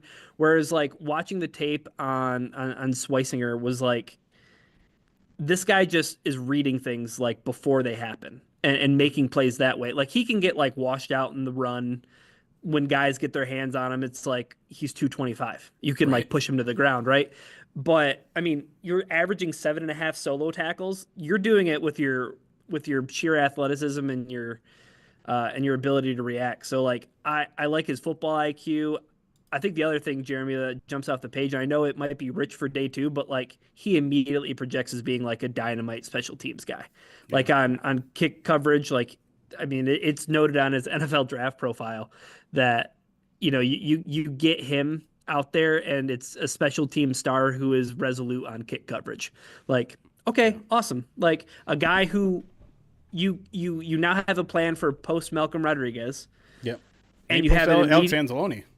Yeah, right. And maybe even a guy who you could slowly bring into a rotation and have his depth. So I think I like his name a lot. He's also very much going to be an outstanding guy in the grit index. Like, and you can tell by the special teams, right? Like that's an immediate sign of how much you love the game, is how much you give on special teams. And Schweissinger is definitely on that list.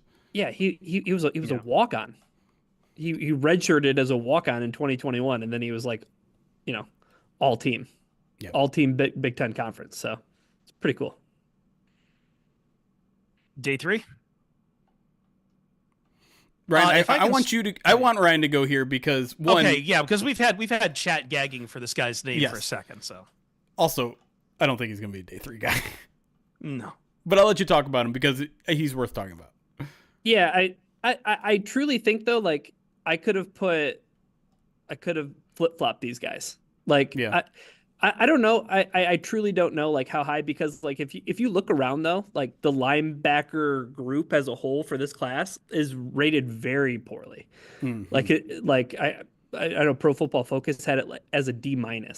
Like it was like one of the lowest groups among the draft. So like he very well could be like a second round pick. I don't know if it would shock me if he was a fourth round pick either, because I've seen him kind of projected in like the early fourth as well, just because, again, this is another. We haven't mentioned his name yet. Chris Paul Jr. Thank you.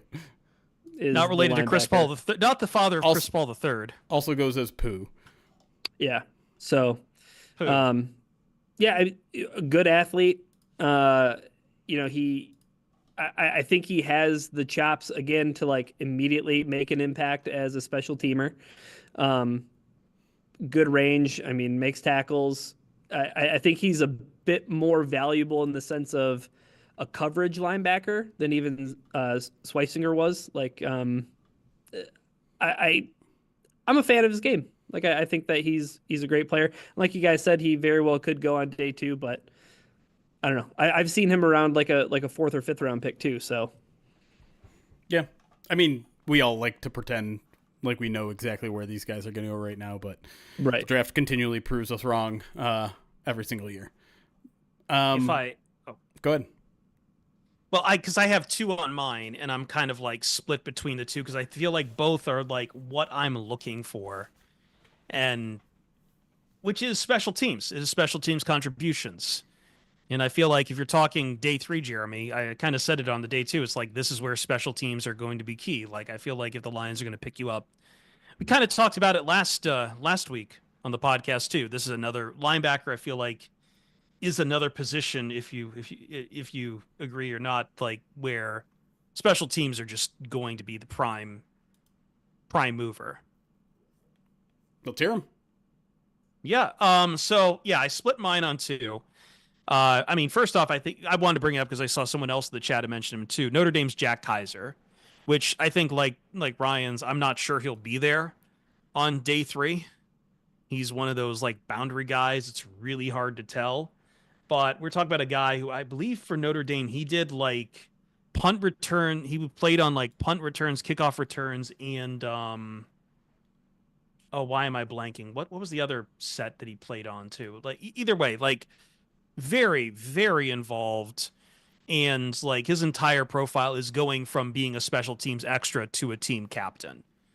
And part of that Notre Dame defense that last year that just went, pretty damn far until they ran into Georgia. And then just again, you want to talk about grit index, about like, barely played in 2020, had, started to really make a name for himself 2021, had 2 pick sixes that year, and then suddenly he's playing like, he's a full-time starter. He's a team captain in 2024, just going all the way up from barely on the team and add on top of that, the tackling ability he's got and everything else feels like, it's limited. He's going to be very limited in his athleticism, but the fact that you have a guy who can do pretty much anything is great. But also kind of in that same mold is Kentucky's Jamon Dumas Johnson, who was in an HBO documentary when he was in high school. I think what was The Cost of Winning, which was on St. Francis in Baltimore, St. Francis Academy in Baltimore. So, and I mean, from what I didn't see it, but from what I understand is like the charisma's right there. Like the personality is right there. He's got that riz. And he's got the riz, he really, he had a forearm injury in the middle of the season, but still had 34 tackles, 5.5 for loss, 3.5 sacks. And I believe that was actually in Georgia, excuse me. But 245 pounds. He's kind of got the build for it, but definitely needs to build. Like he's going to be a day 3 pick because like the range and the technique needs a lot of work. But again, another guy who will play plenty of special team snaps.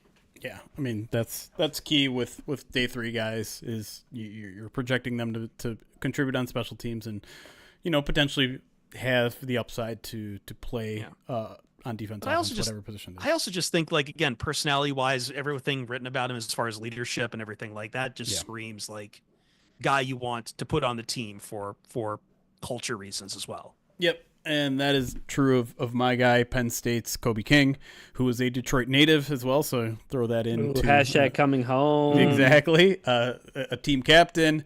To me, like, the run defense tape is ridiculous. He has good instincts, so he's always seemingly in the right place, and he has that downhill attacking mentality that is critical for the Lions in terms of their defensive style of play. I will fully admit the coverage isn't there. Some of the athleticism isn't there in terms of just his ability to backtrack and adjust and play man coverage. It's not going to be a specialty here, which is why he's a day 3 pick. But to me, just the violence of his play, the big hits. Violence.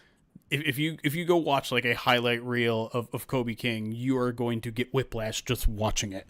And it's also a matter of being able to shed blocks too. And it's not like Malcolm where he's like dipping under or he's got good leverage. He is just like destroying these guys almost in a way that reminds you of the best qualities of why am I forgetting the edge? Marcus Davenport. Like he is just, again, reckless abandon.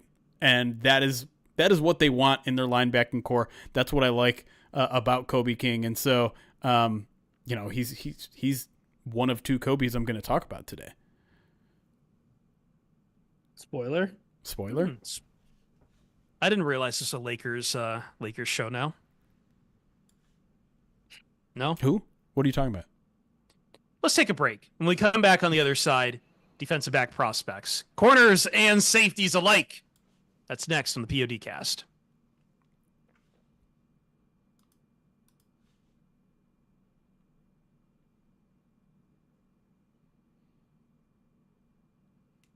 Yeah, that was 20 minutes there, so I kind of want to give myself a little bit of a break.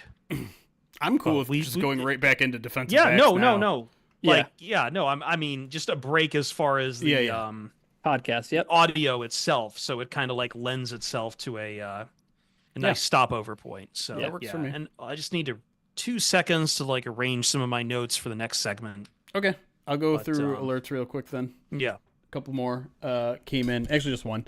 Damian Smith, £5 donation, says, why can't Rodriguez replace Anzalone or Lopez replace Reeder? Sounds like everyone thinks they're gone after this year.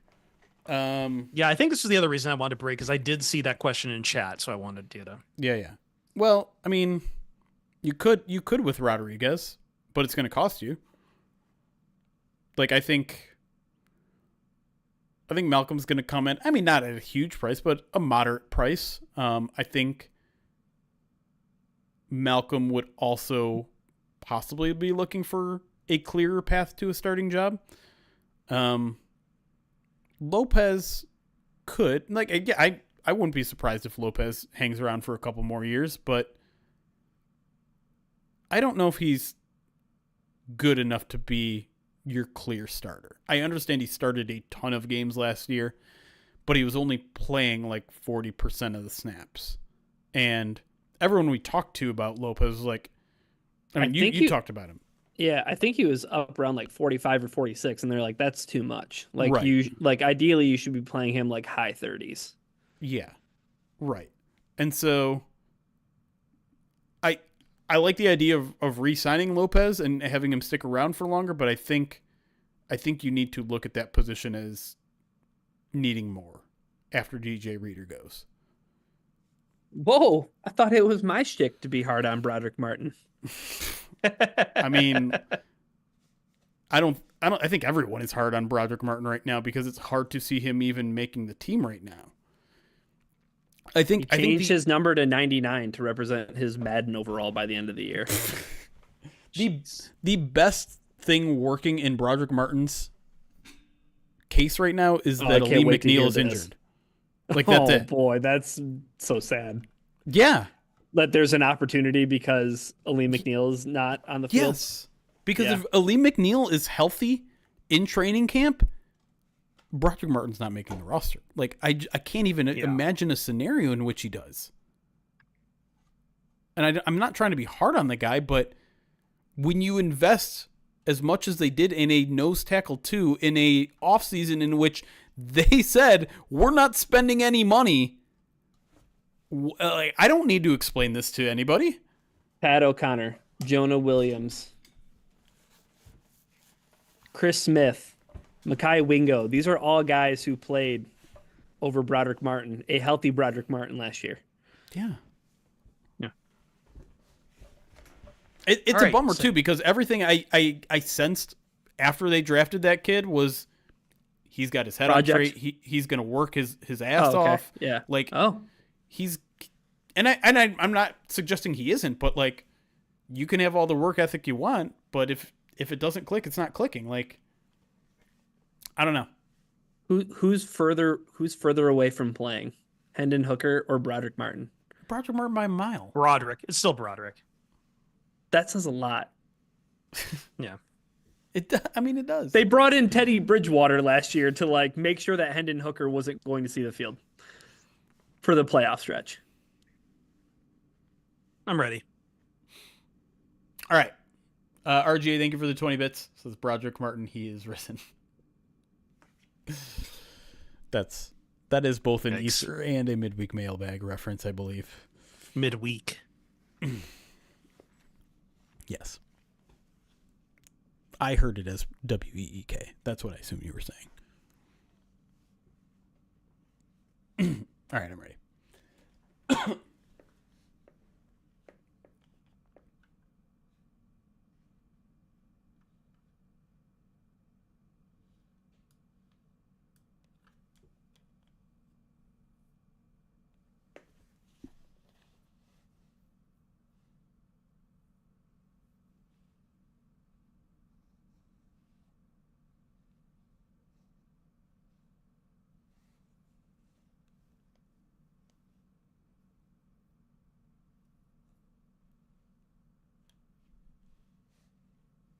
Pride to Detroit PODcast.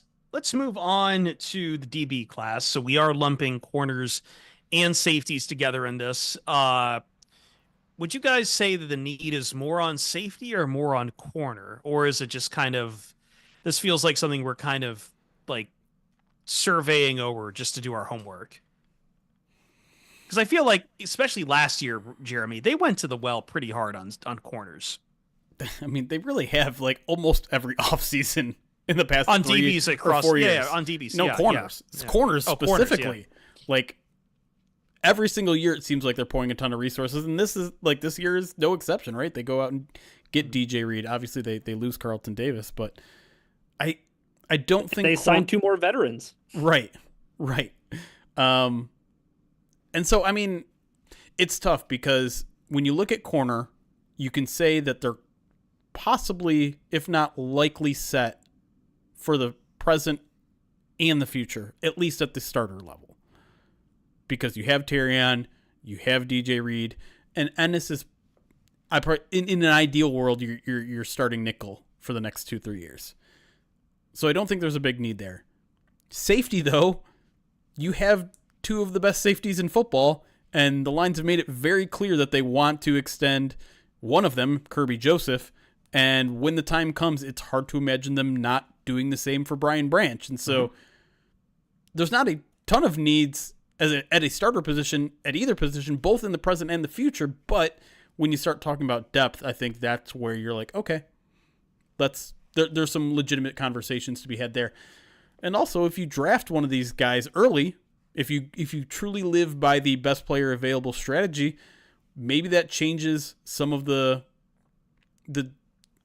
I don't know, the calculations when it comes to who you do want to extend in the future. Maybe you have to be like, okay, we just drafted this guy because he's really good. Maybe this guy that we thought we were going to extend, we're not going to because we have to get cheaper somewhere. Mm-hmm. Yeah, it's kind of, it would offer you more flexibility in the contract negotiations, to be sure. And like, which is kind of fun to watch because I do know you and me, Jeremy, we've both actually picked out safeties on day one. Yes.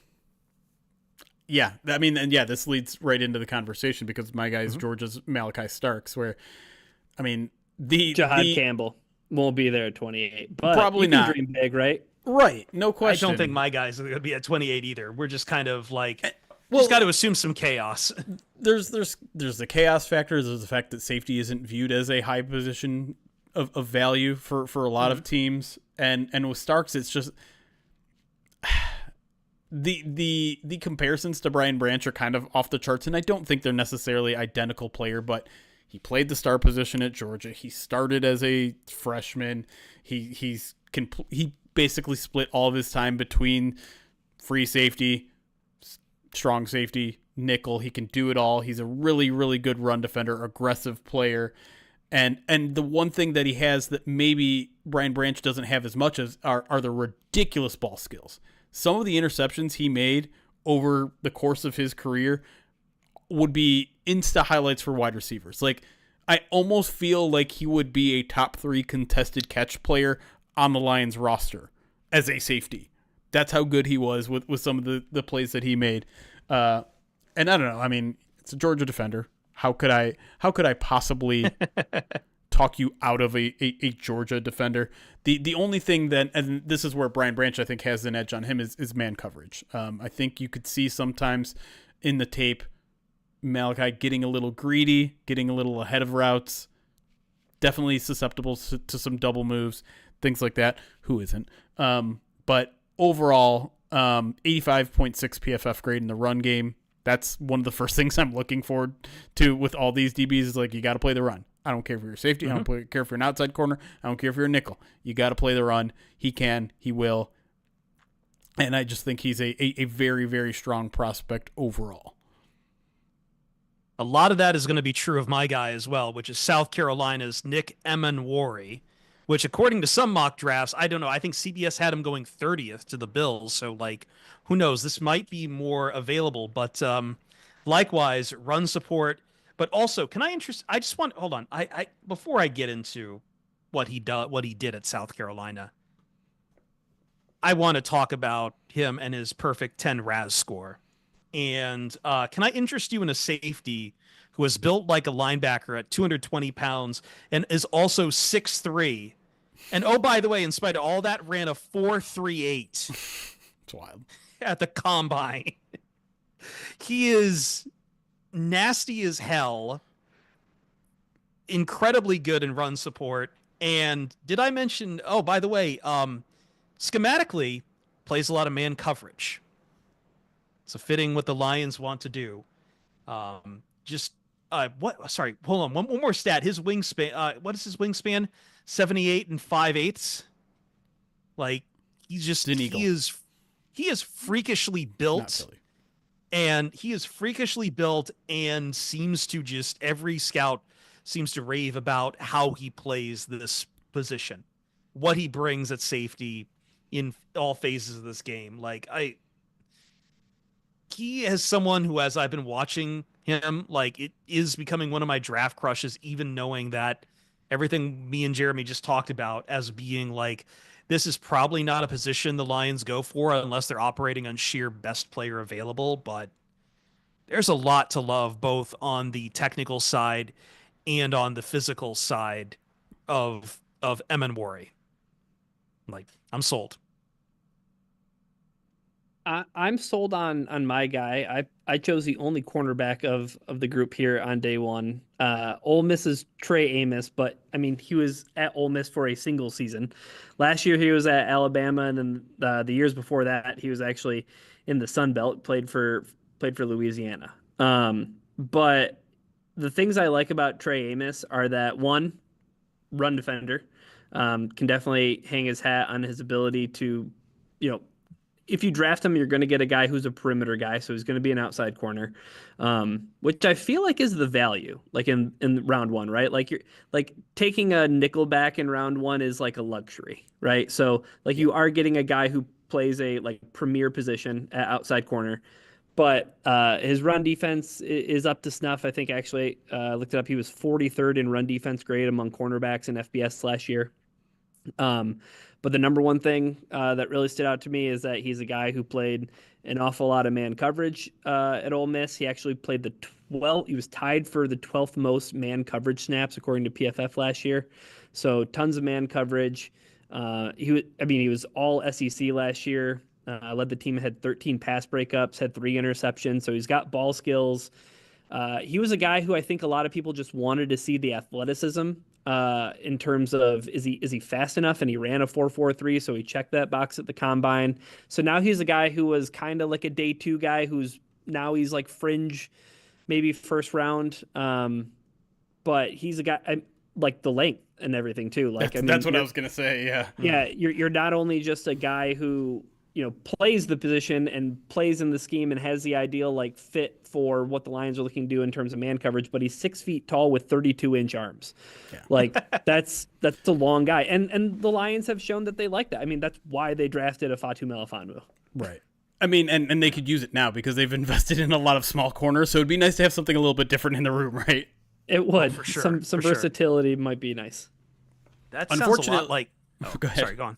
We were both going to segue to our guy, and that's fine. I am, because I feel Why don't you talk about yours, since you? I didn't even get to use my segue. Was going to be like, I know you love Amos cookies, but you're going to love Trey Amos. All right. Go ahead. Wow. Yeah. No, my segue was going to be like, I'm going in a completely different direction when it comes to size, because Kansas is corner / nickelback. Kobe Bryant. We're on day 2, by the way. Now we're on day 2. Yes. Should announce that. 6 foot, so he's relatively there in terms of tall, but he's 180. Looks small out there. Let's be honest. He's probably going to be a nickel when it comes to his NFL projection, but I mean, he fits that gritty small guy like a DJ Reed, where it's just like this guy plays a lot bigger than he looks. At 180, I think it might scare off some other teams, so the Lions might be able to get him a little bit later than some other teams would be willing to spend on him. And here, Dane Brugler said that he barely tops 170 pounds after a good meal. Right. And so 180 is 180 is one of those, like, I think the combine is lying a little bit. Like, you packed on, you ate a bunch of spaghetti the week of the combine. This is from the PFF draft guide. He says, quote, "He plays with an attitude you want from a defensive back. He yearns to be physical and is comfortable hand fighting to disrupt and annoy receivers. Lion. Meme lion. Defensive holding coming your way. Yes, exactly.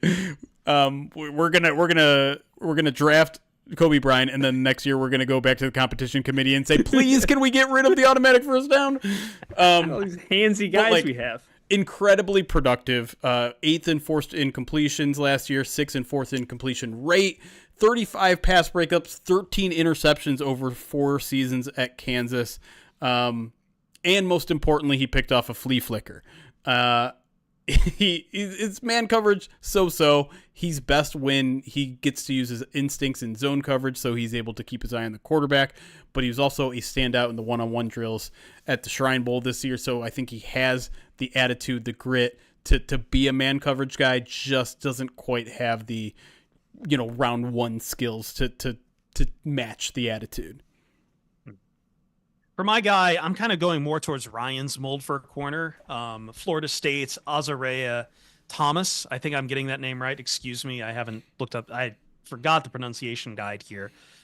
He is 6'2", 197, 32 3/8 arms. So definitely more on the side of Tori Amos that Ryan had mentioned for day one.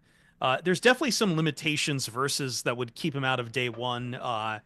Mostly just inconsistent. Like you'll put on the tape and he'll show up really well against Notre Dame, but then he'll miss with three open field tackles against Duke. And I think that's where it's, probably going to, the inconsistency is probably what's going to get him relegated down to a day two. But the length with the athleticism, with everything else, makes him really intriguing. I know he was a lot used as like a press corner, but like, it definitely someone who feels like he's going to specialize in run defense, which, as we talked about, seems to be something if we're looking for any reason why the Lions would keep adding to the defensive backs room, it would be for run defense here and just really, really mean when in run defense, ready to throw like a boxer sometimes. Also has shown that he plays all phases of special teams. He has that on his resume as well, which put that on the bingo card. We keep loving our special teams, and I'm gonna, you know what? I'll throw leadership on top of it too. I think what's to say, Bobby Bowden Leadership Award, which is something Florida State hands out. I don't think he was a team captain, but definitely, uh, you know, award out there for leadership with the team, if nothing else, and just yeah, versatile corner, tall, has the athleticism, just really needs to kind of just put it together to be consistent. But I like him for day two. And I ended up going with a safety for my day two guy because it would be the Brad Holmes special. Kevin Winston Jr. from Penn State suffered an ACL injury, so he missed like the entire season basically. Tore his ACL in week 2 and it was partially torn, but came into draft season viewed as like a potential top 50 pick. Maybe he could even rise a little bit higher, but with the injury, there isn't just a ton of tape on him. But I'm less than 6 months from the injury. He just ran at Penn State's pro day and he ran a 4.56. Less than 6 months out from ACL surgery. So like, okay, so like he's healthy. Now it's just a matter of projection. And I think that you could get this guy pretty, I mean, maybe even in like round 3, where the Lions are picking all the way down with Aaron Glenn. Cause again, maybe you're taking that shot on an inexperienced guy, but I really like all the intangibles with him. I think as far as safeties, again, like you want versatility, right? Like you want guys who can do multiple things. And he just has athleticism in bunches. And being that he, is 6'2", 208 and can run a 4.56, like this guy, you could just put all over the field. You put him in the box, you can drop him back. Like, so he has versatility, and I think you can get him on a discount just because of the injury. Yeah, I talked to him at the combine and was really impressed with how he carried himself. Definitely seems to check the character concern box. Because if I recall correctly, he was talking about how he almost played on a torn ACL. Like he tears it in week 1. He goes through the week of practice and he tried to go out there and play on it and suddenly he couldn't. But Crazy.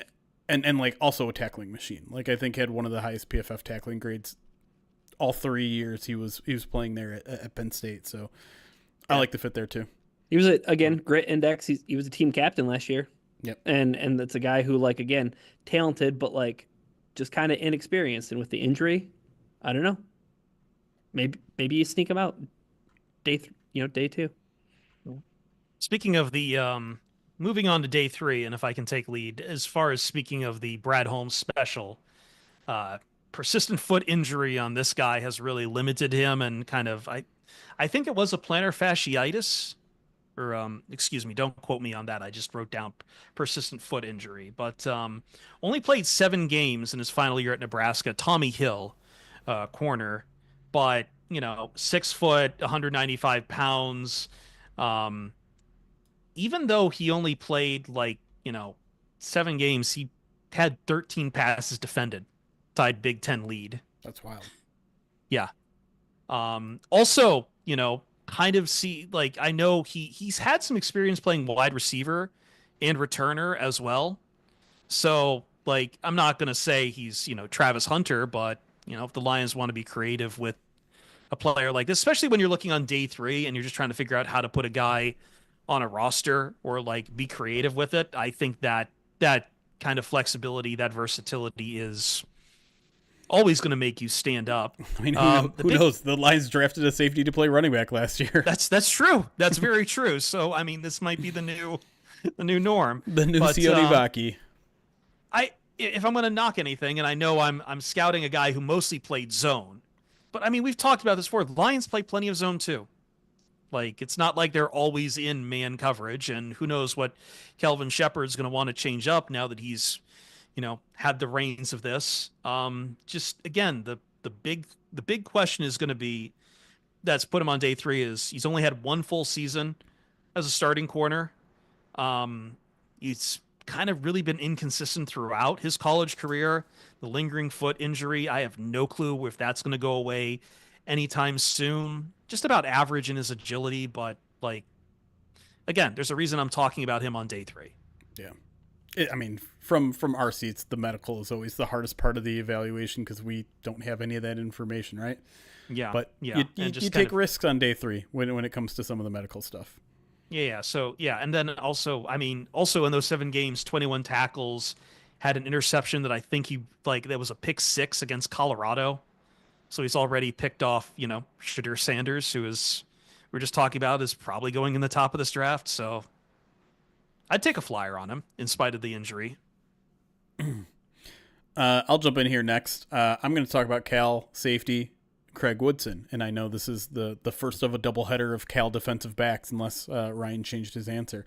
So he's 6 foot, 200 pounds, so okay size. Certainly not like an iffy Melifanu type of guy. The arm length isn't there. 200 pounds, not a massive guy. But again, it's one of those things where it's like he plays bigger than he is. He's a tackling machine. He's had 65 tackles in 3 straight seasons at Cal. He's a guy who's been very loyal to Cal. He's been at Cal for 6 years. 6 years! Because he lost one of those years due to an injury. I think he has the COVID year that doesn't count. 2-time captain, strong academics, which, I mean, it's Cal, so obviously. He's a guy that I think is going to check all the character boxes that you want. Obviously, if he has 65 tackles in 3 straight seasons, he's willing and able. Run defender. What I kind of find intriguing about him is back in 2022, he was a little bit of a pass rusher.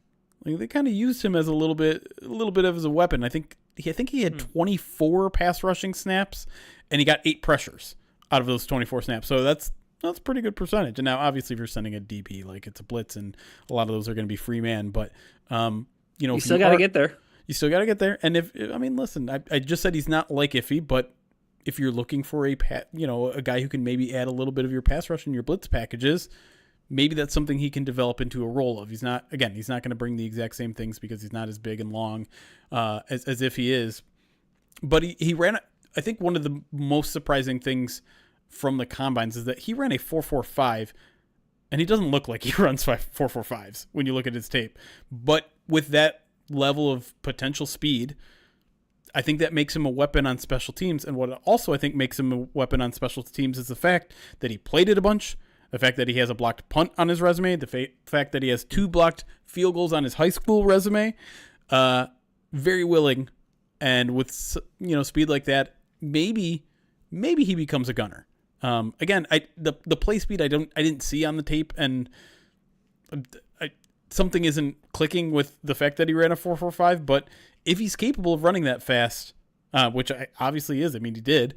I think gunner could be a future role for him, and that's something that I think the Lions are going to be seeking because I think they only have one of those right now.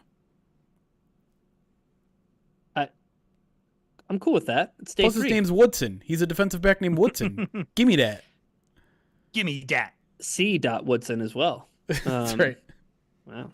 Yeah, so like Jeremy hinted at, I circled Cal cornerback Noel Williams as my guy here in day three. Who admittedly, I don't know, he could maybe even be a day two guy. I don't know. But all I do know are these things: that he played the sixth most man coverage snaps in FBS, 240 snaps of man coverage. He's a guy who is he's just fine in run defense. Like I saw some stuff that was like, I don't know, like not sure if he could really make it. Like there might be some question marks there, and it's like everything I saw in terms of like run defense numbers and things like that, like led me to believe like, oh no, like he'd be just fine. He's not small or anything. He's like 6 foot, 200 pounds, so he's like pretty normal size as far as cornerbacks go. But I mean, the athleticism, I mean, maybe it's not there in spades. I mean, he ran a 4.5, but I mean, some kind of decent explosive numbers. I think that he would just be a fine cornerback who like fits the scheme, but also like could also have some special teams chops, I think, as well.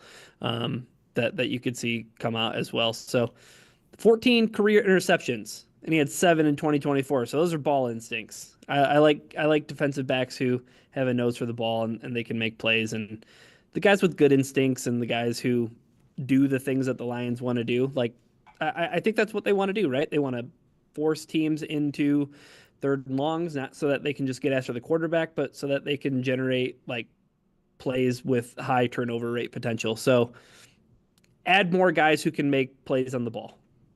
And that would be Calzone, Noel Williams on day three. It sounded like you said Calzone. How did we flip this? That you two were the only guys picking from a West Coast school.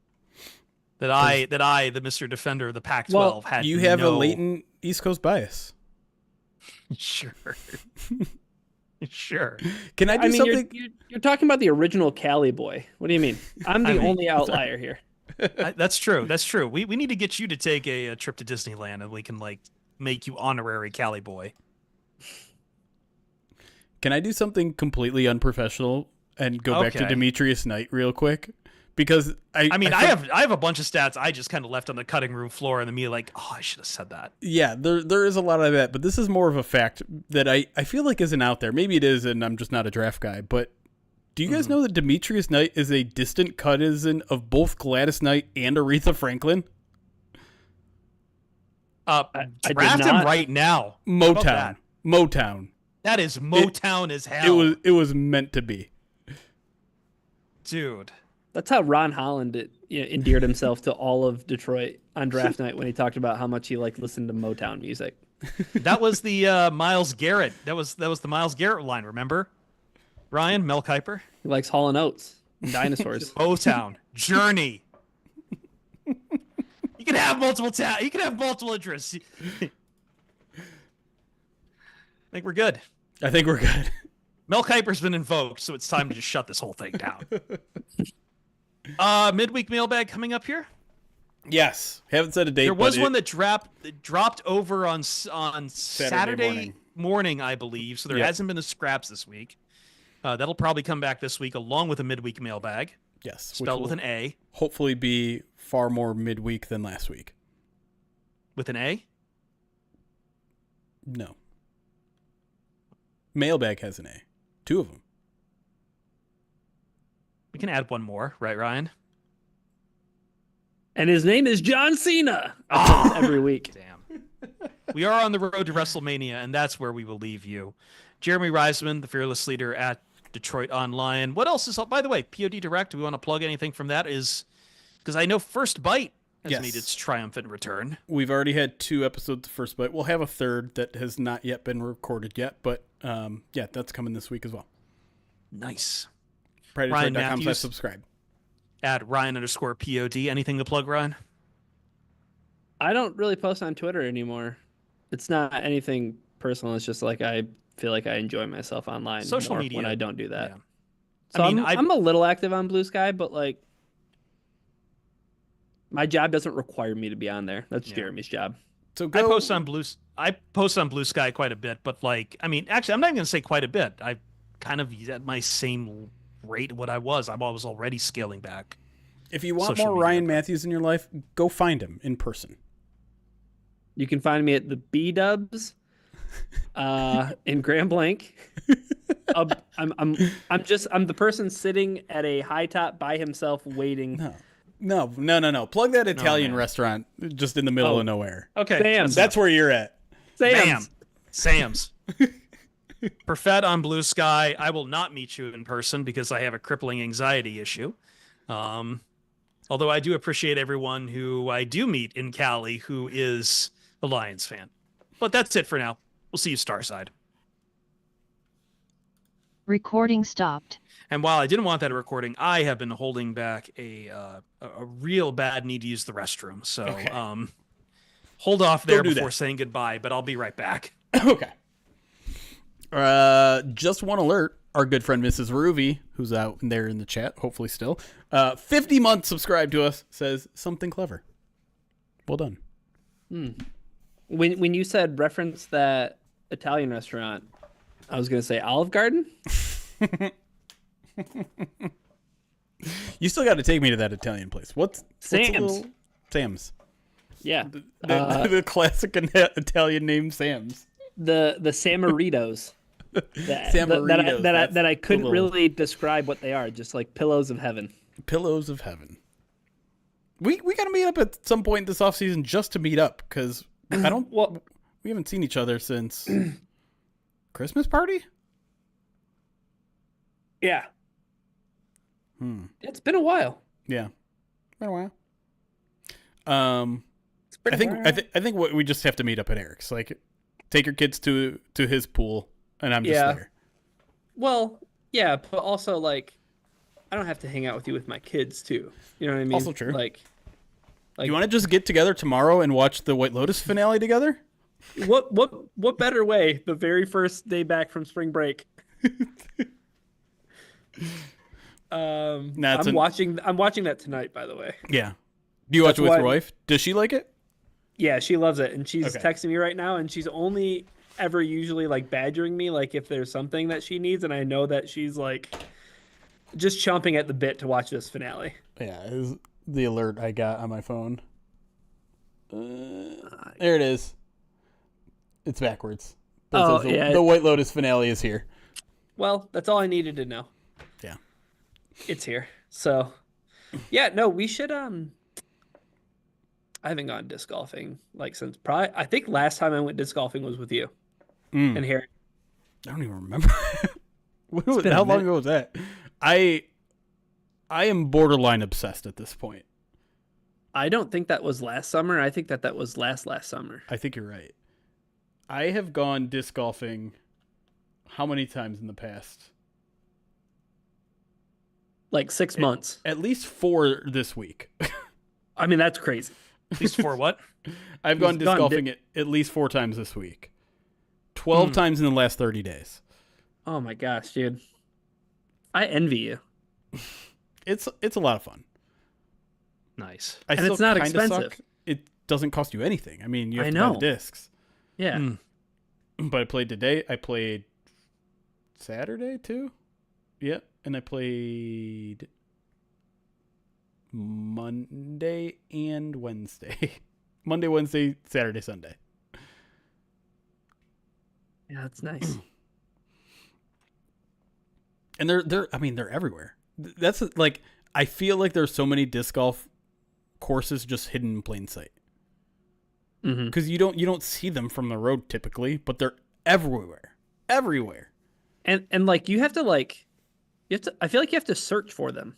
You know what I mean? Like on Google. Udis app is Yeah, fantastic. yeah. There I was like, I'm assuming there's an app, but like I've driven by parks that I had no Look idea. at this map of courses. This is just like Metro Detroit. Have you played the one at Holly Rec? No, that's way too far north for me. But I think like people travel like here to play it. Really? Like it's kind of like a destination thing, but I've heard it's Oh. really hard. Interesting. What's it called? Do you know? It should be Holly Rec. Like Holly Recreational Park. I don't know where Holly is. This is what I'm learning is I don't know where Holly is. I mean, you didn't know how close Holly was to Grand Blanc either, so. Yeah. I don't know where Grand Blanc is. I'm like looking I'm looking at Auburn Hills. I'm like, is it here? North. How far north? Like 10 miles, 15 miles. That's super far north. I don't want to go that far. Oops. See? So this is what this means. We're not hanging out. I just have to move. I don't see it. I'm sure it's somewhere. Holly. I could just search. Hollywoods disc golf course? Yeah. Is that what you just said? Mm-hmm. Oh, it's only 42 miles from me. Dogs allowed. Dogs allowed. I need dogs. Ranked as the 28th best disc golf destination in Michigan. 28th. Top 28. All right, I got to go buy milk for my family, so. Fun. Right, can you give me one more Parker Posey before we go? In celebration of the White Lotus finale tonight? Did we do that on stream? I don't think we did that on stream. I don't think No, so this was before we did the stream. We were doing Parker Posey impressions. Buddhism. I'll allow it. Piper, no. I still think that's a Baltimore accent, but sure. Tsunami. Oh, and he's gone. Oh, there he goes.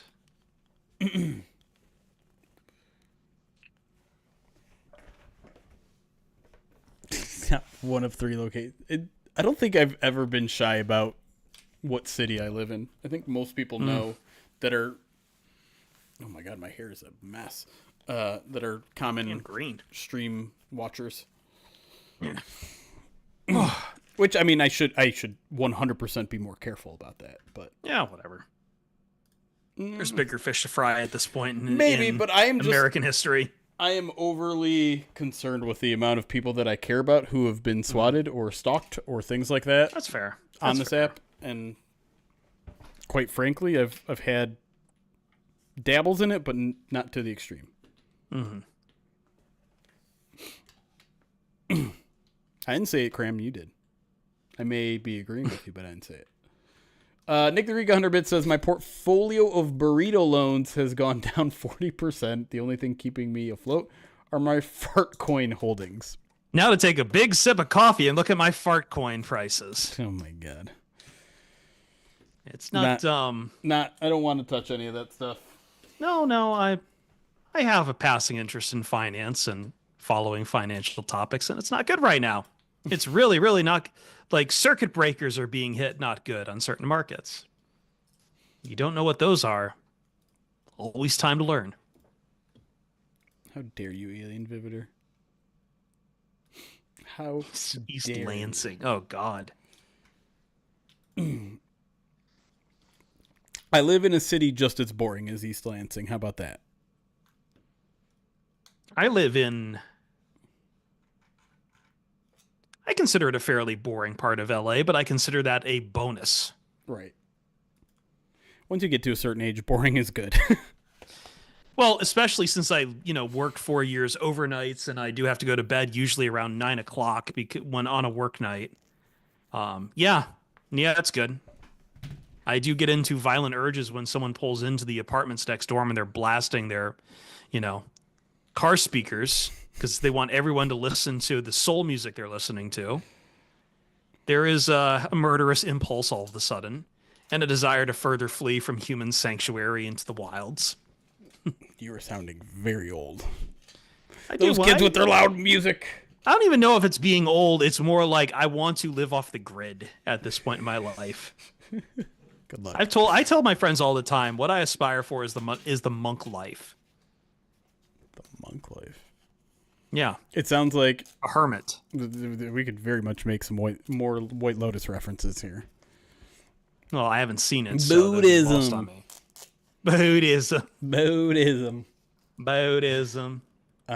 Barbecue food.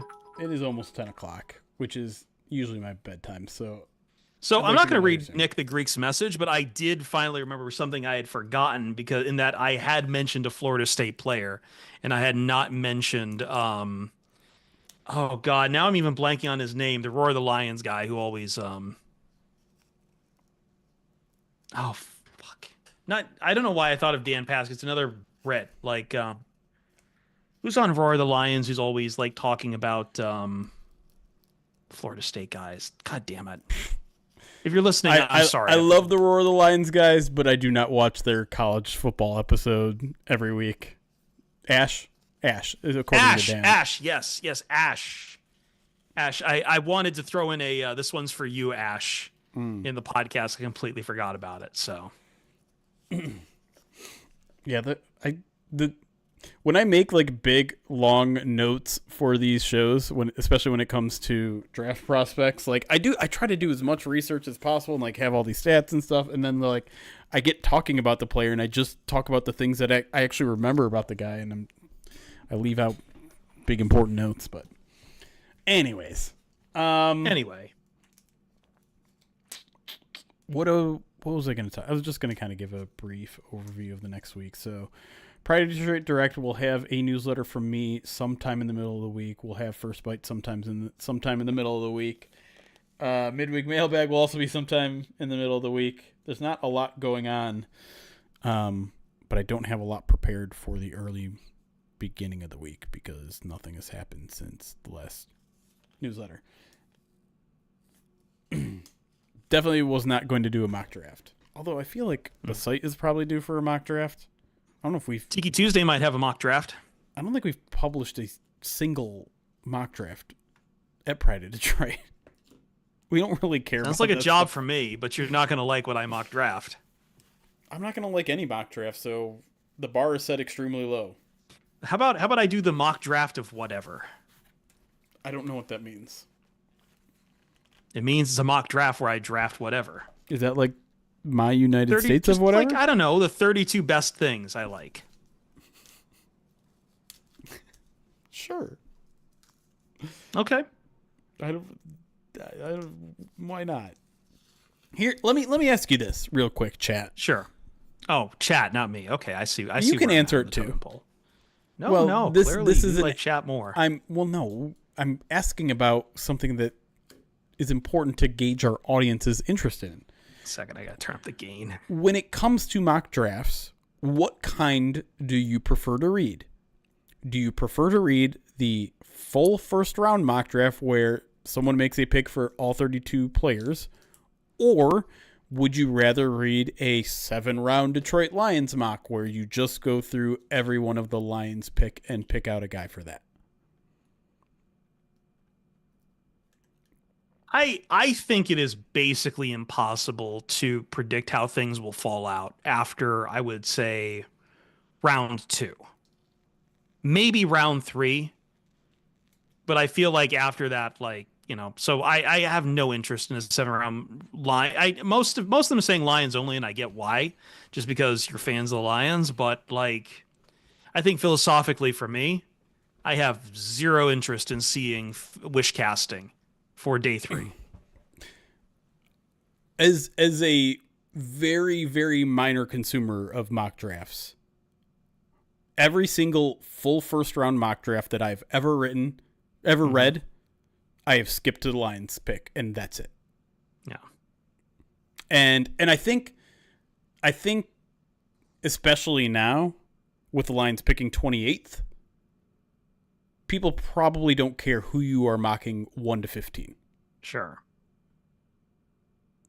That is true, Liam, is that there is also a lot of competition for first round mocks. And you're kind of in a point in that I think we've talked about this before, but like it's almost like no. I think I talked about this on the Tiki Tuesday stream.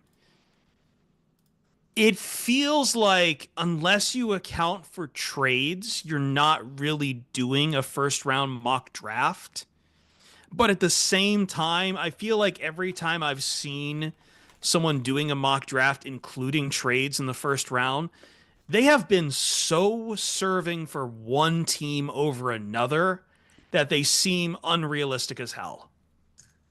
Like it's always a team that you want to move up to get the guy that's just such the perfect fit, and then the guy who moved down is just kind of like whatever.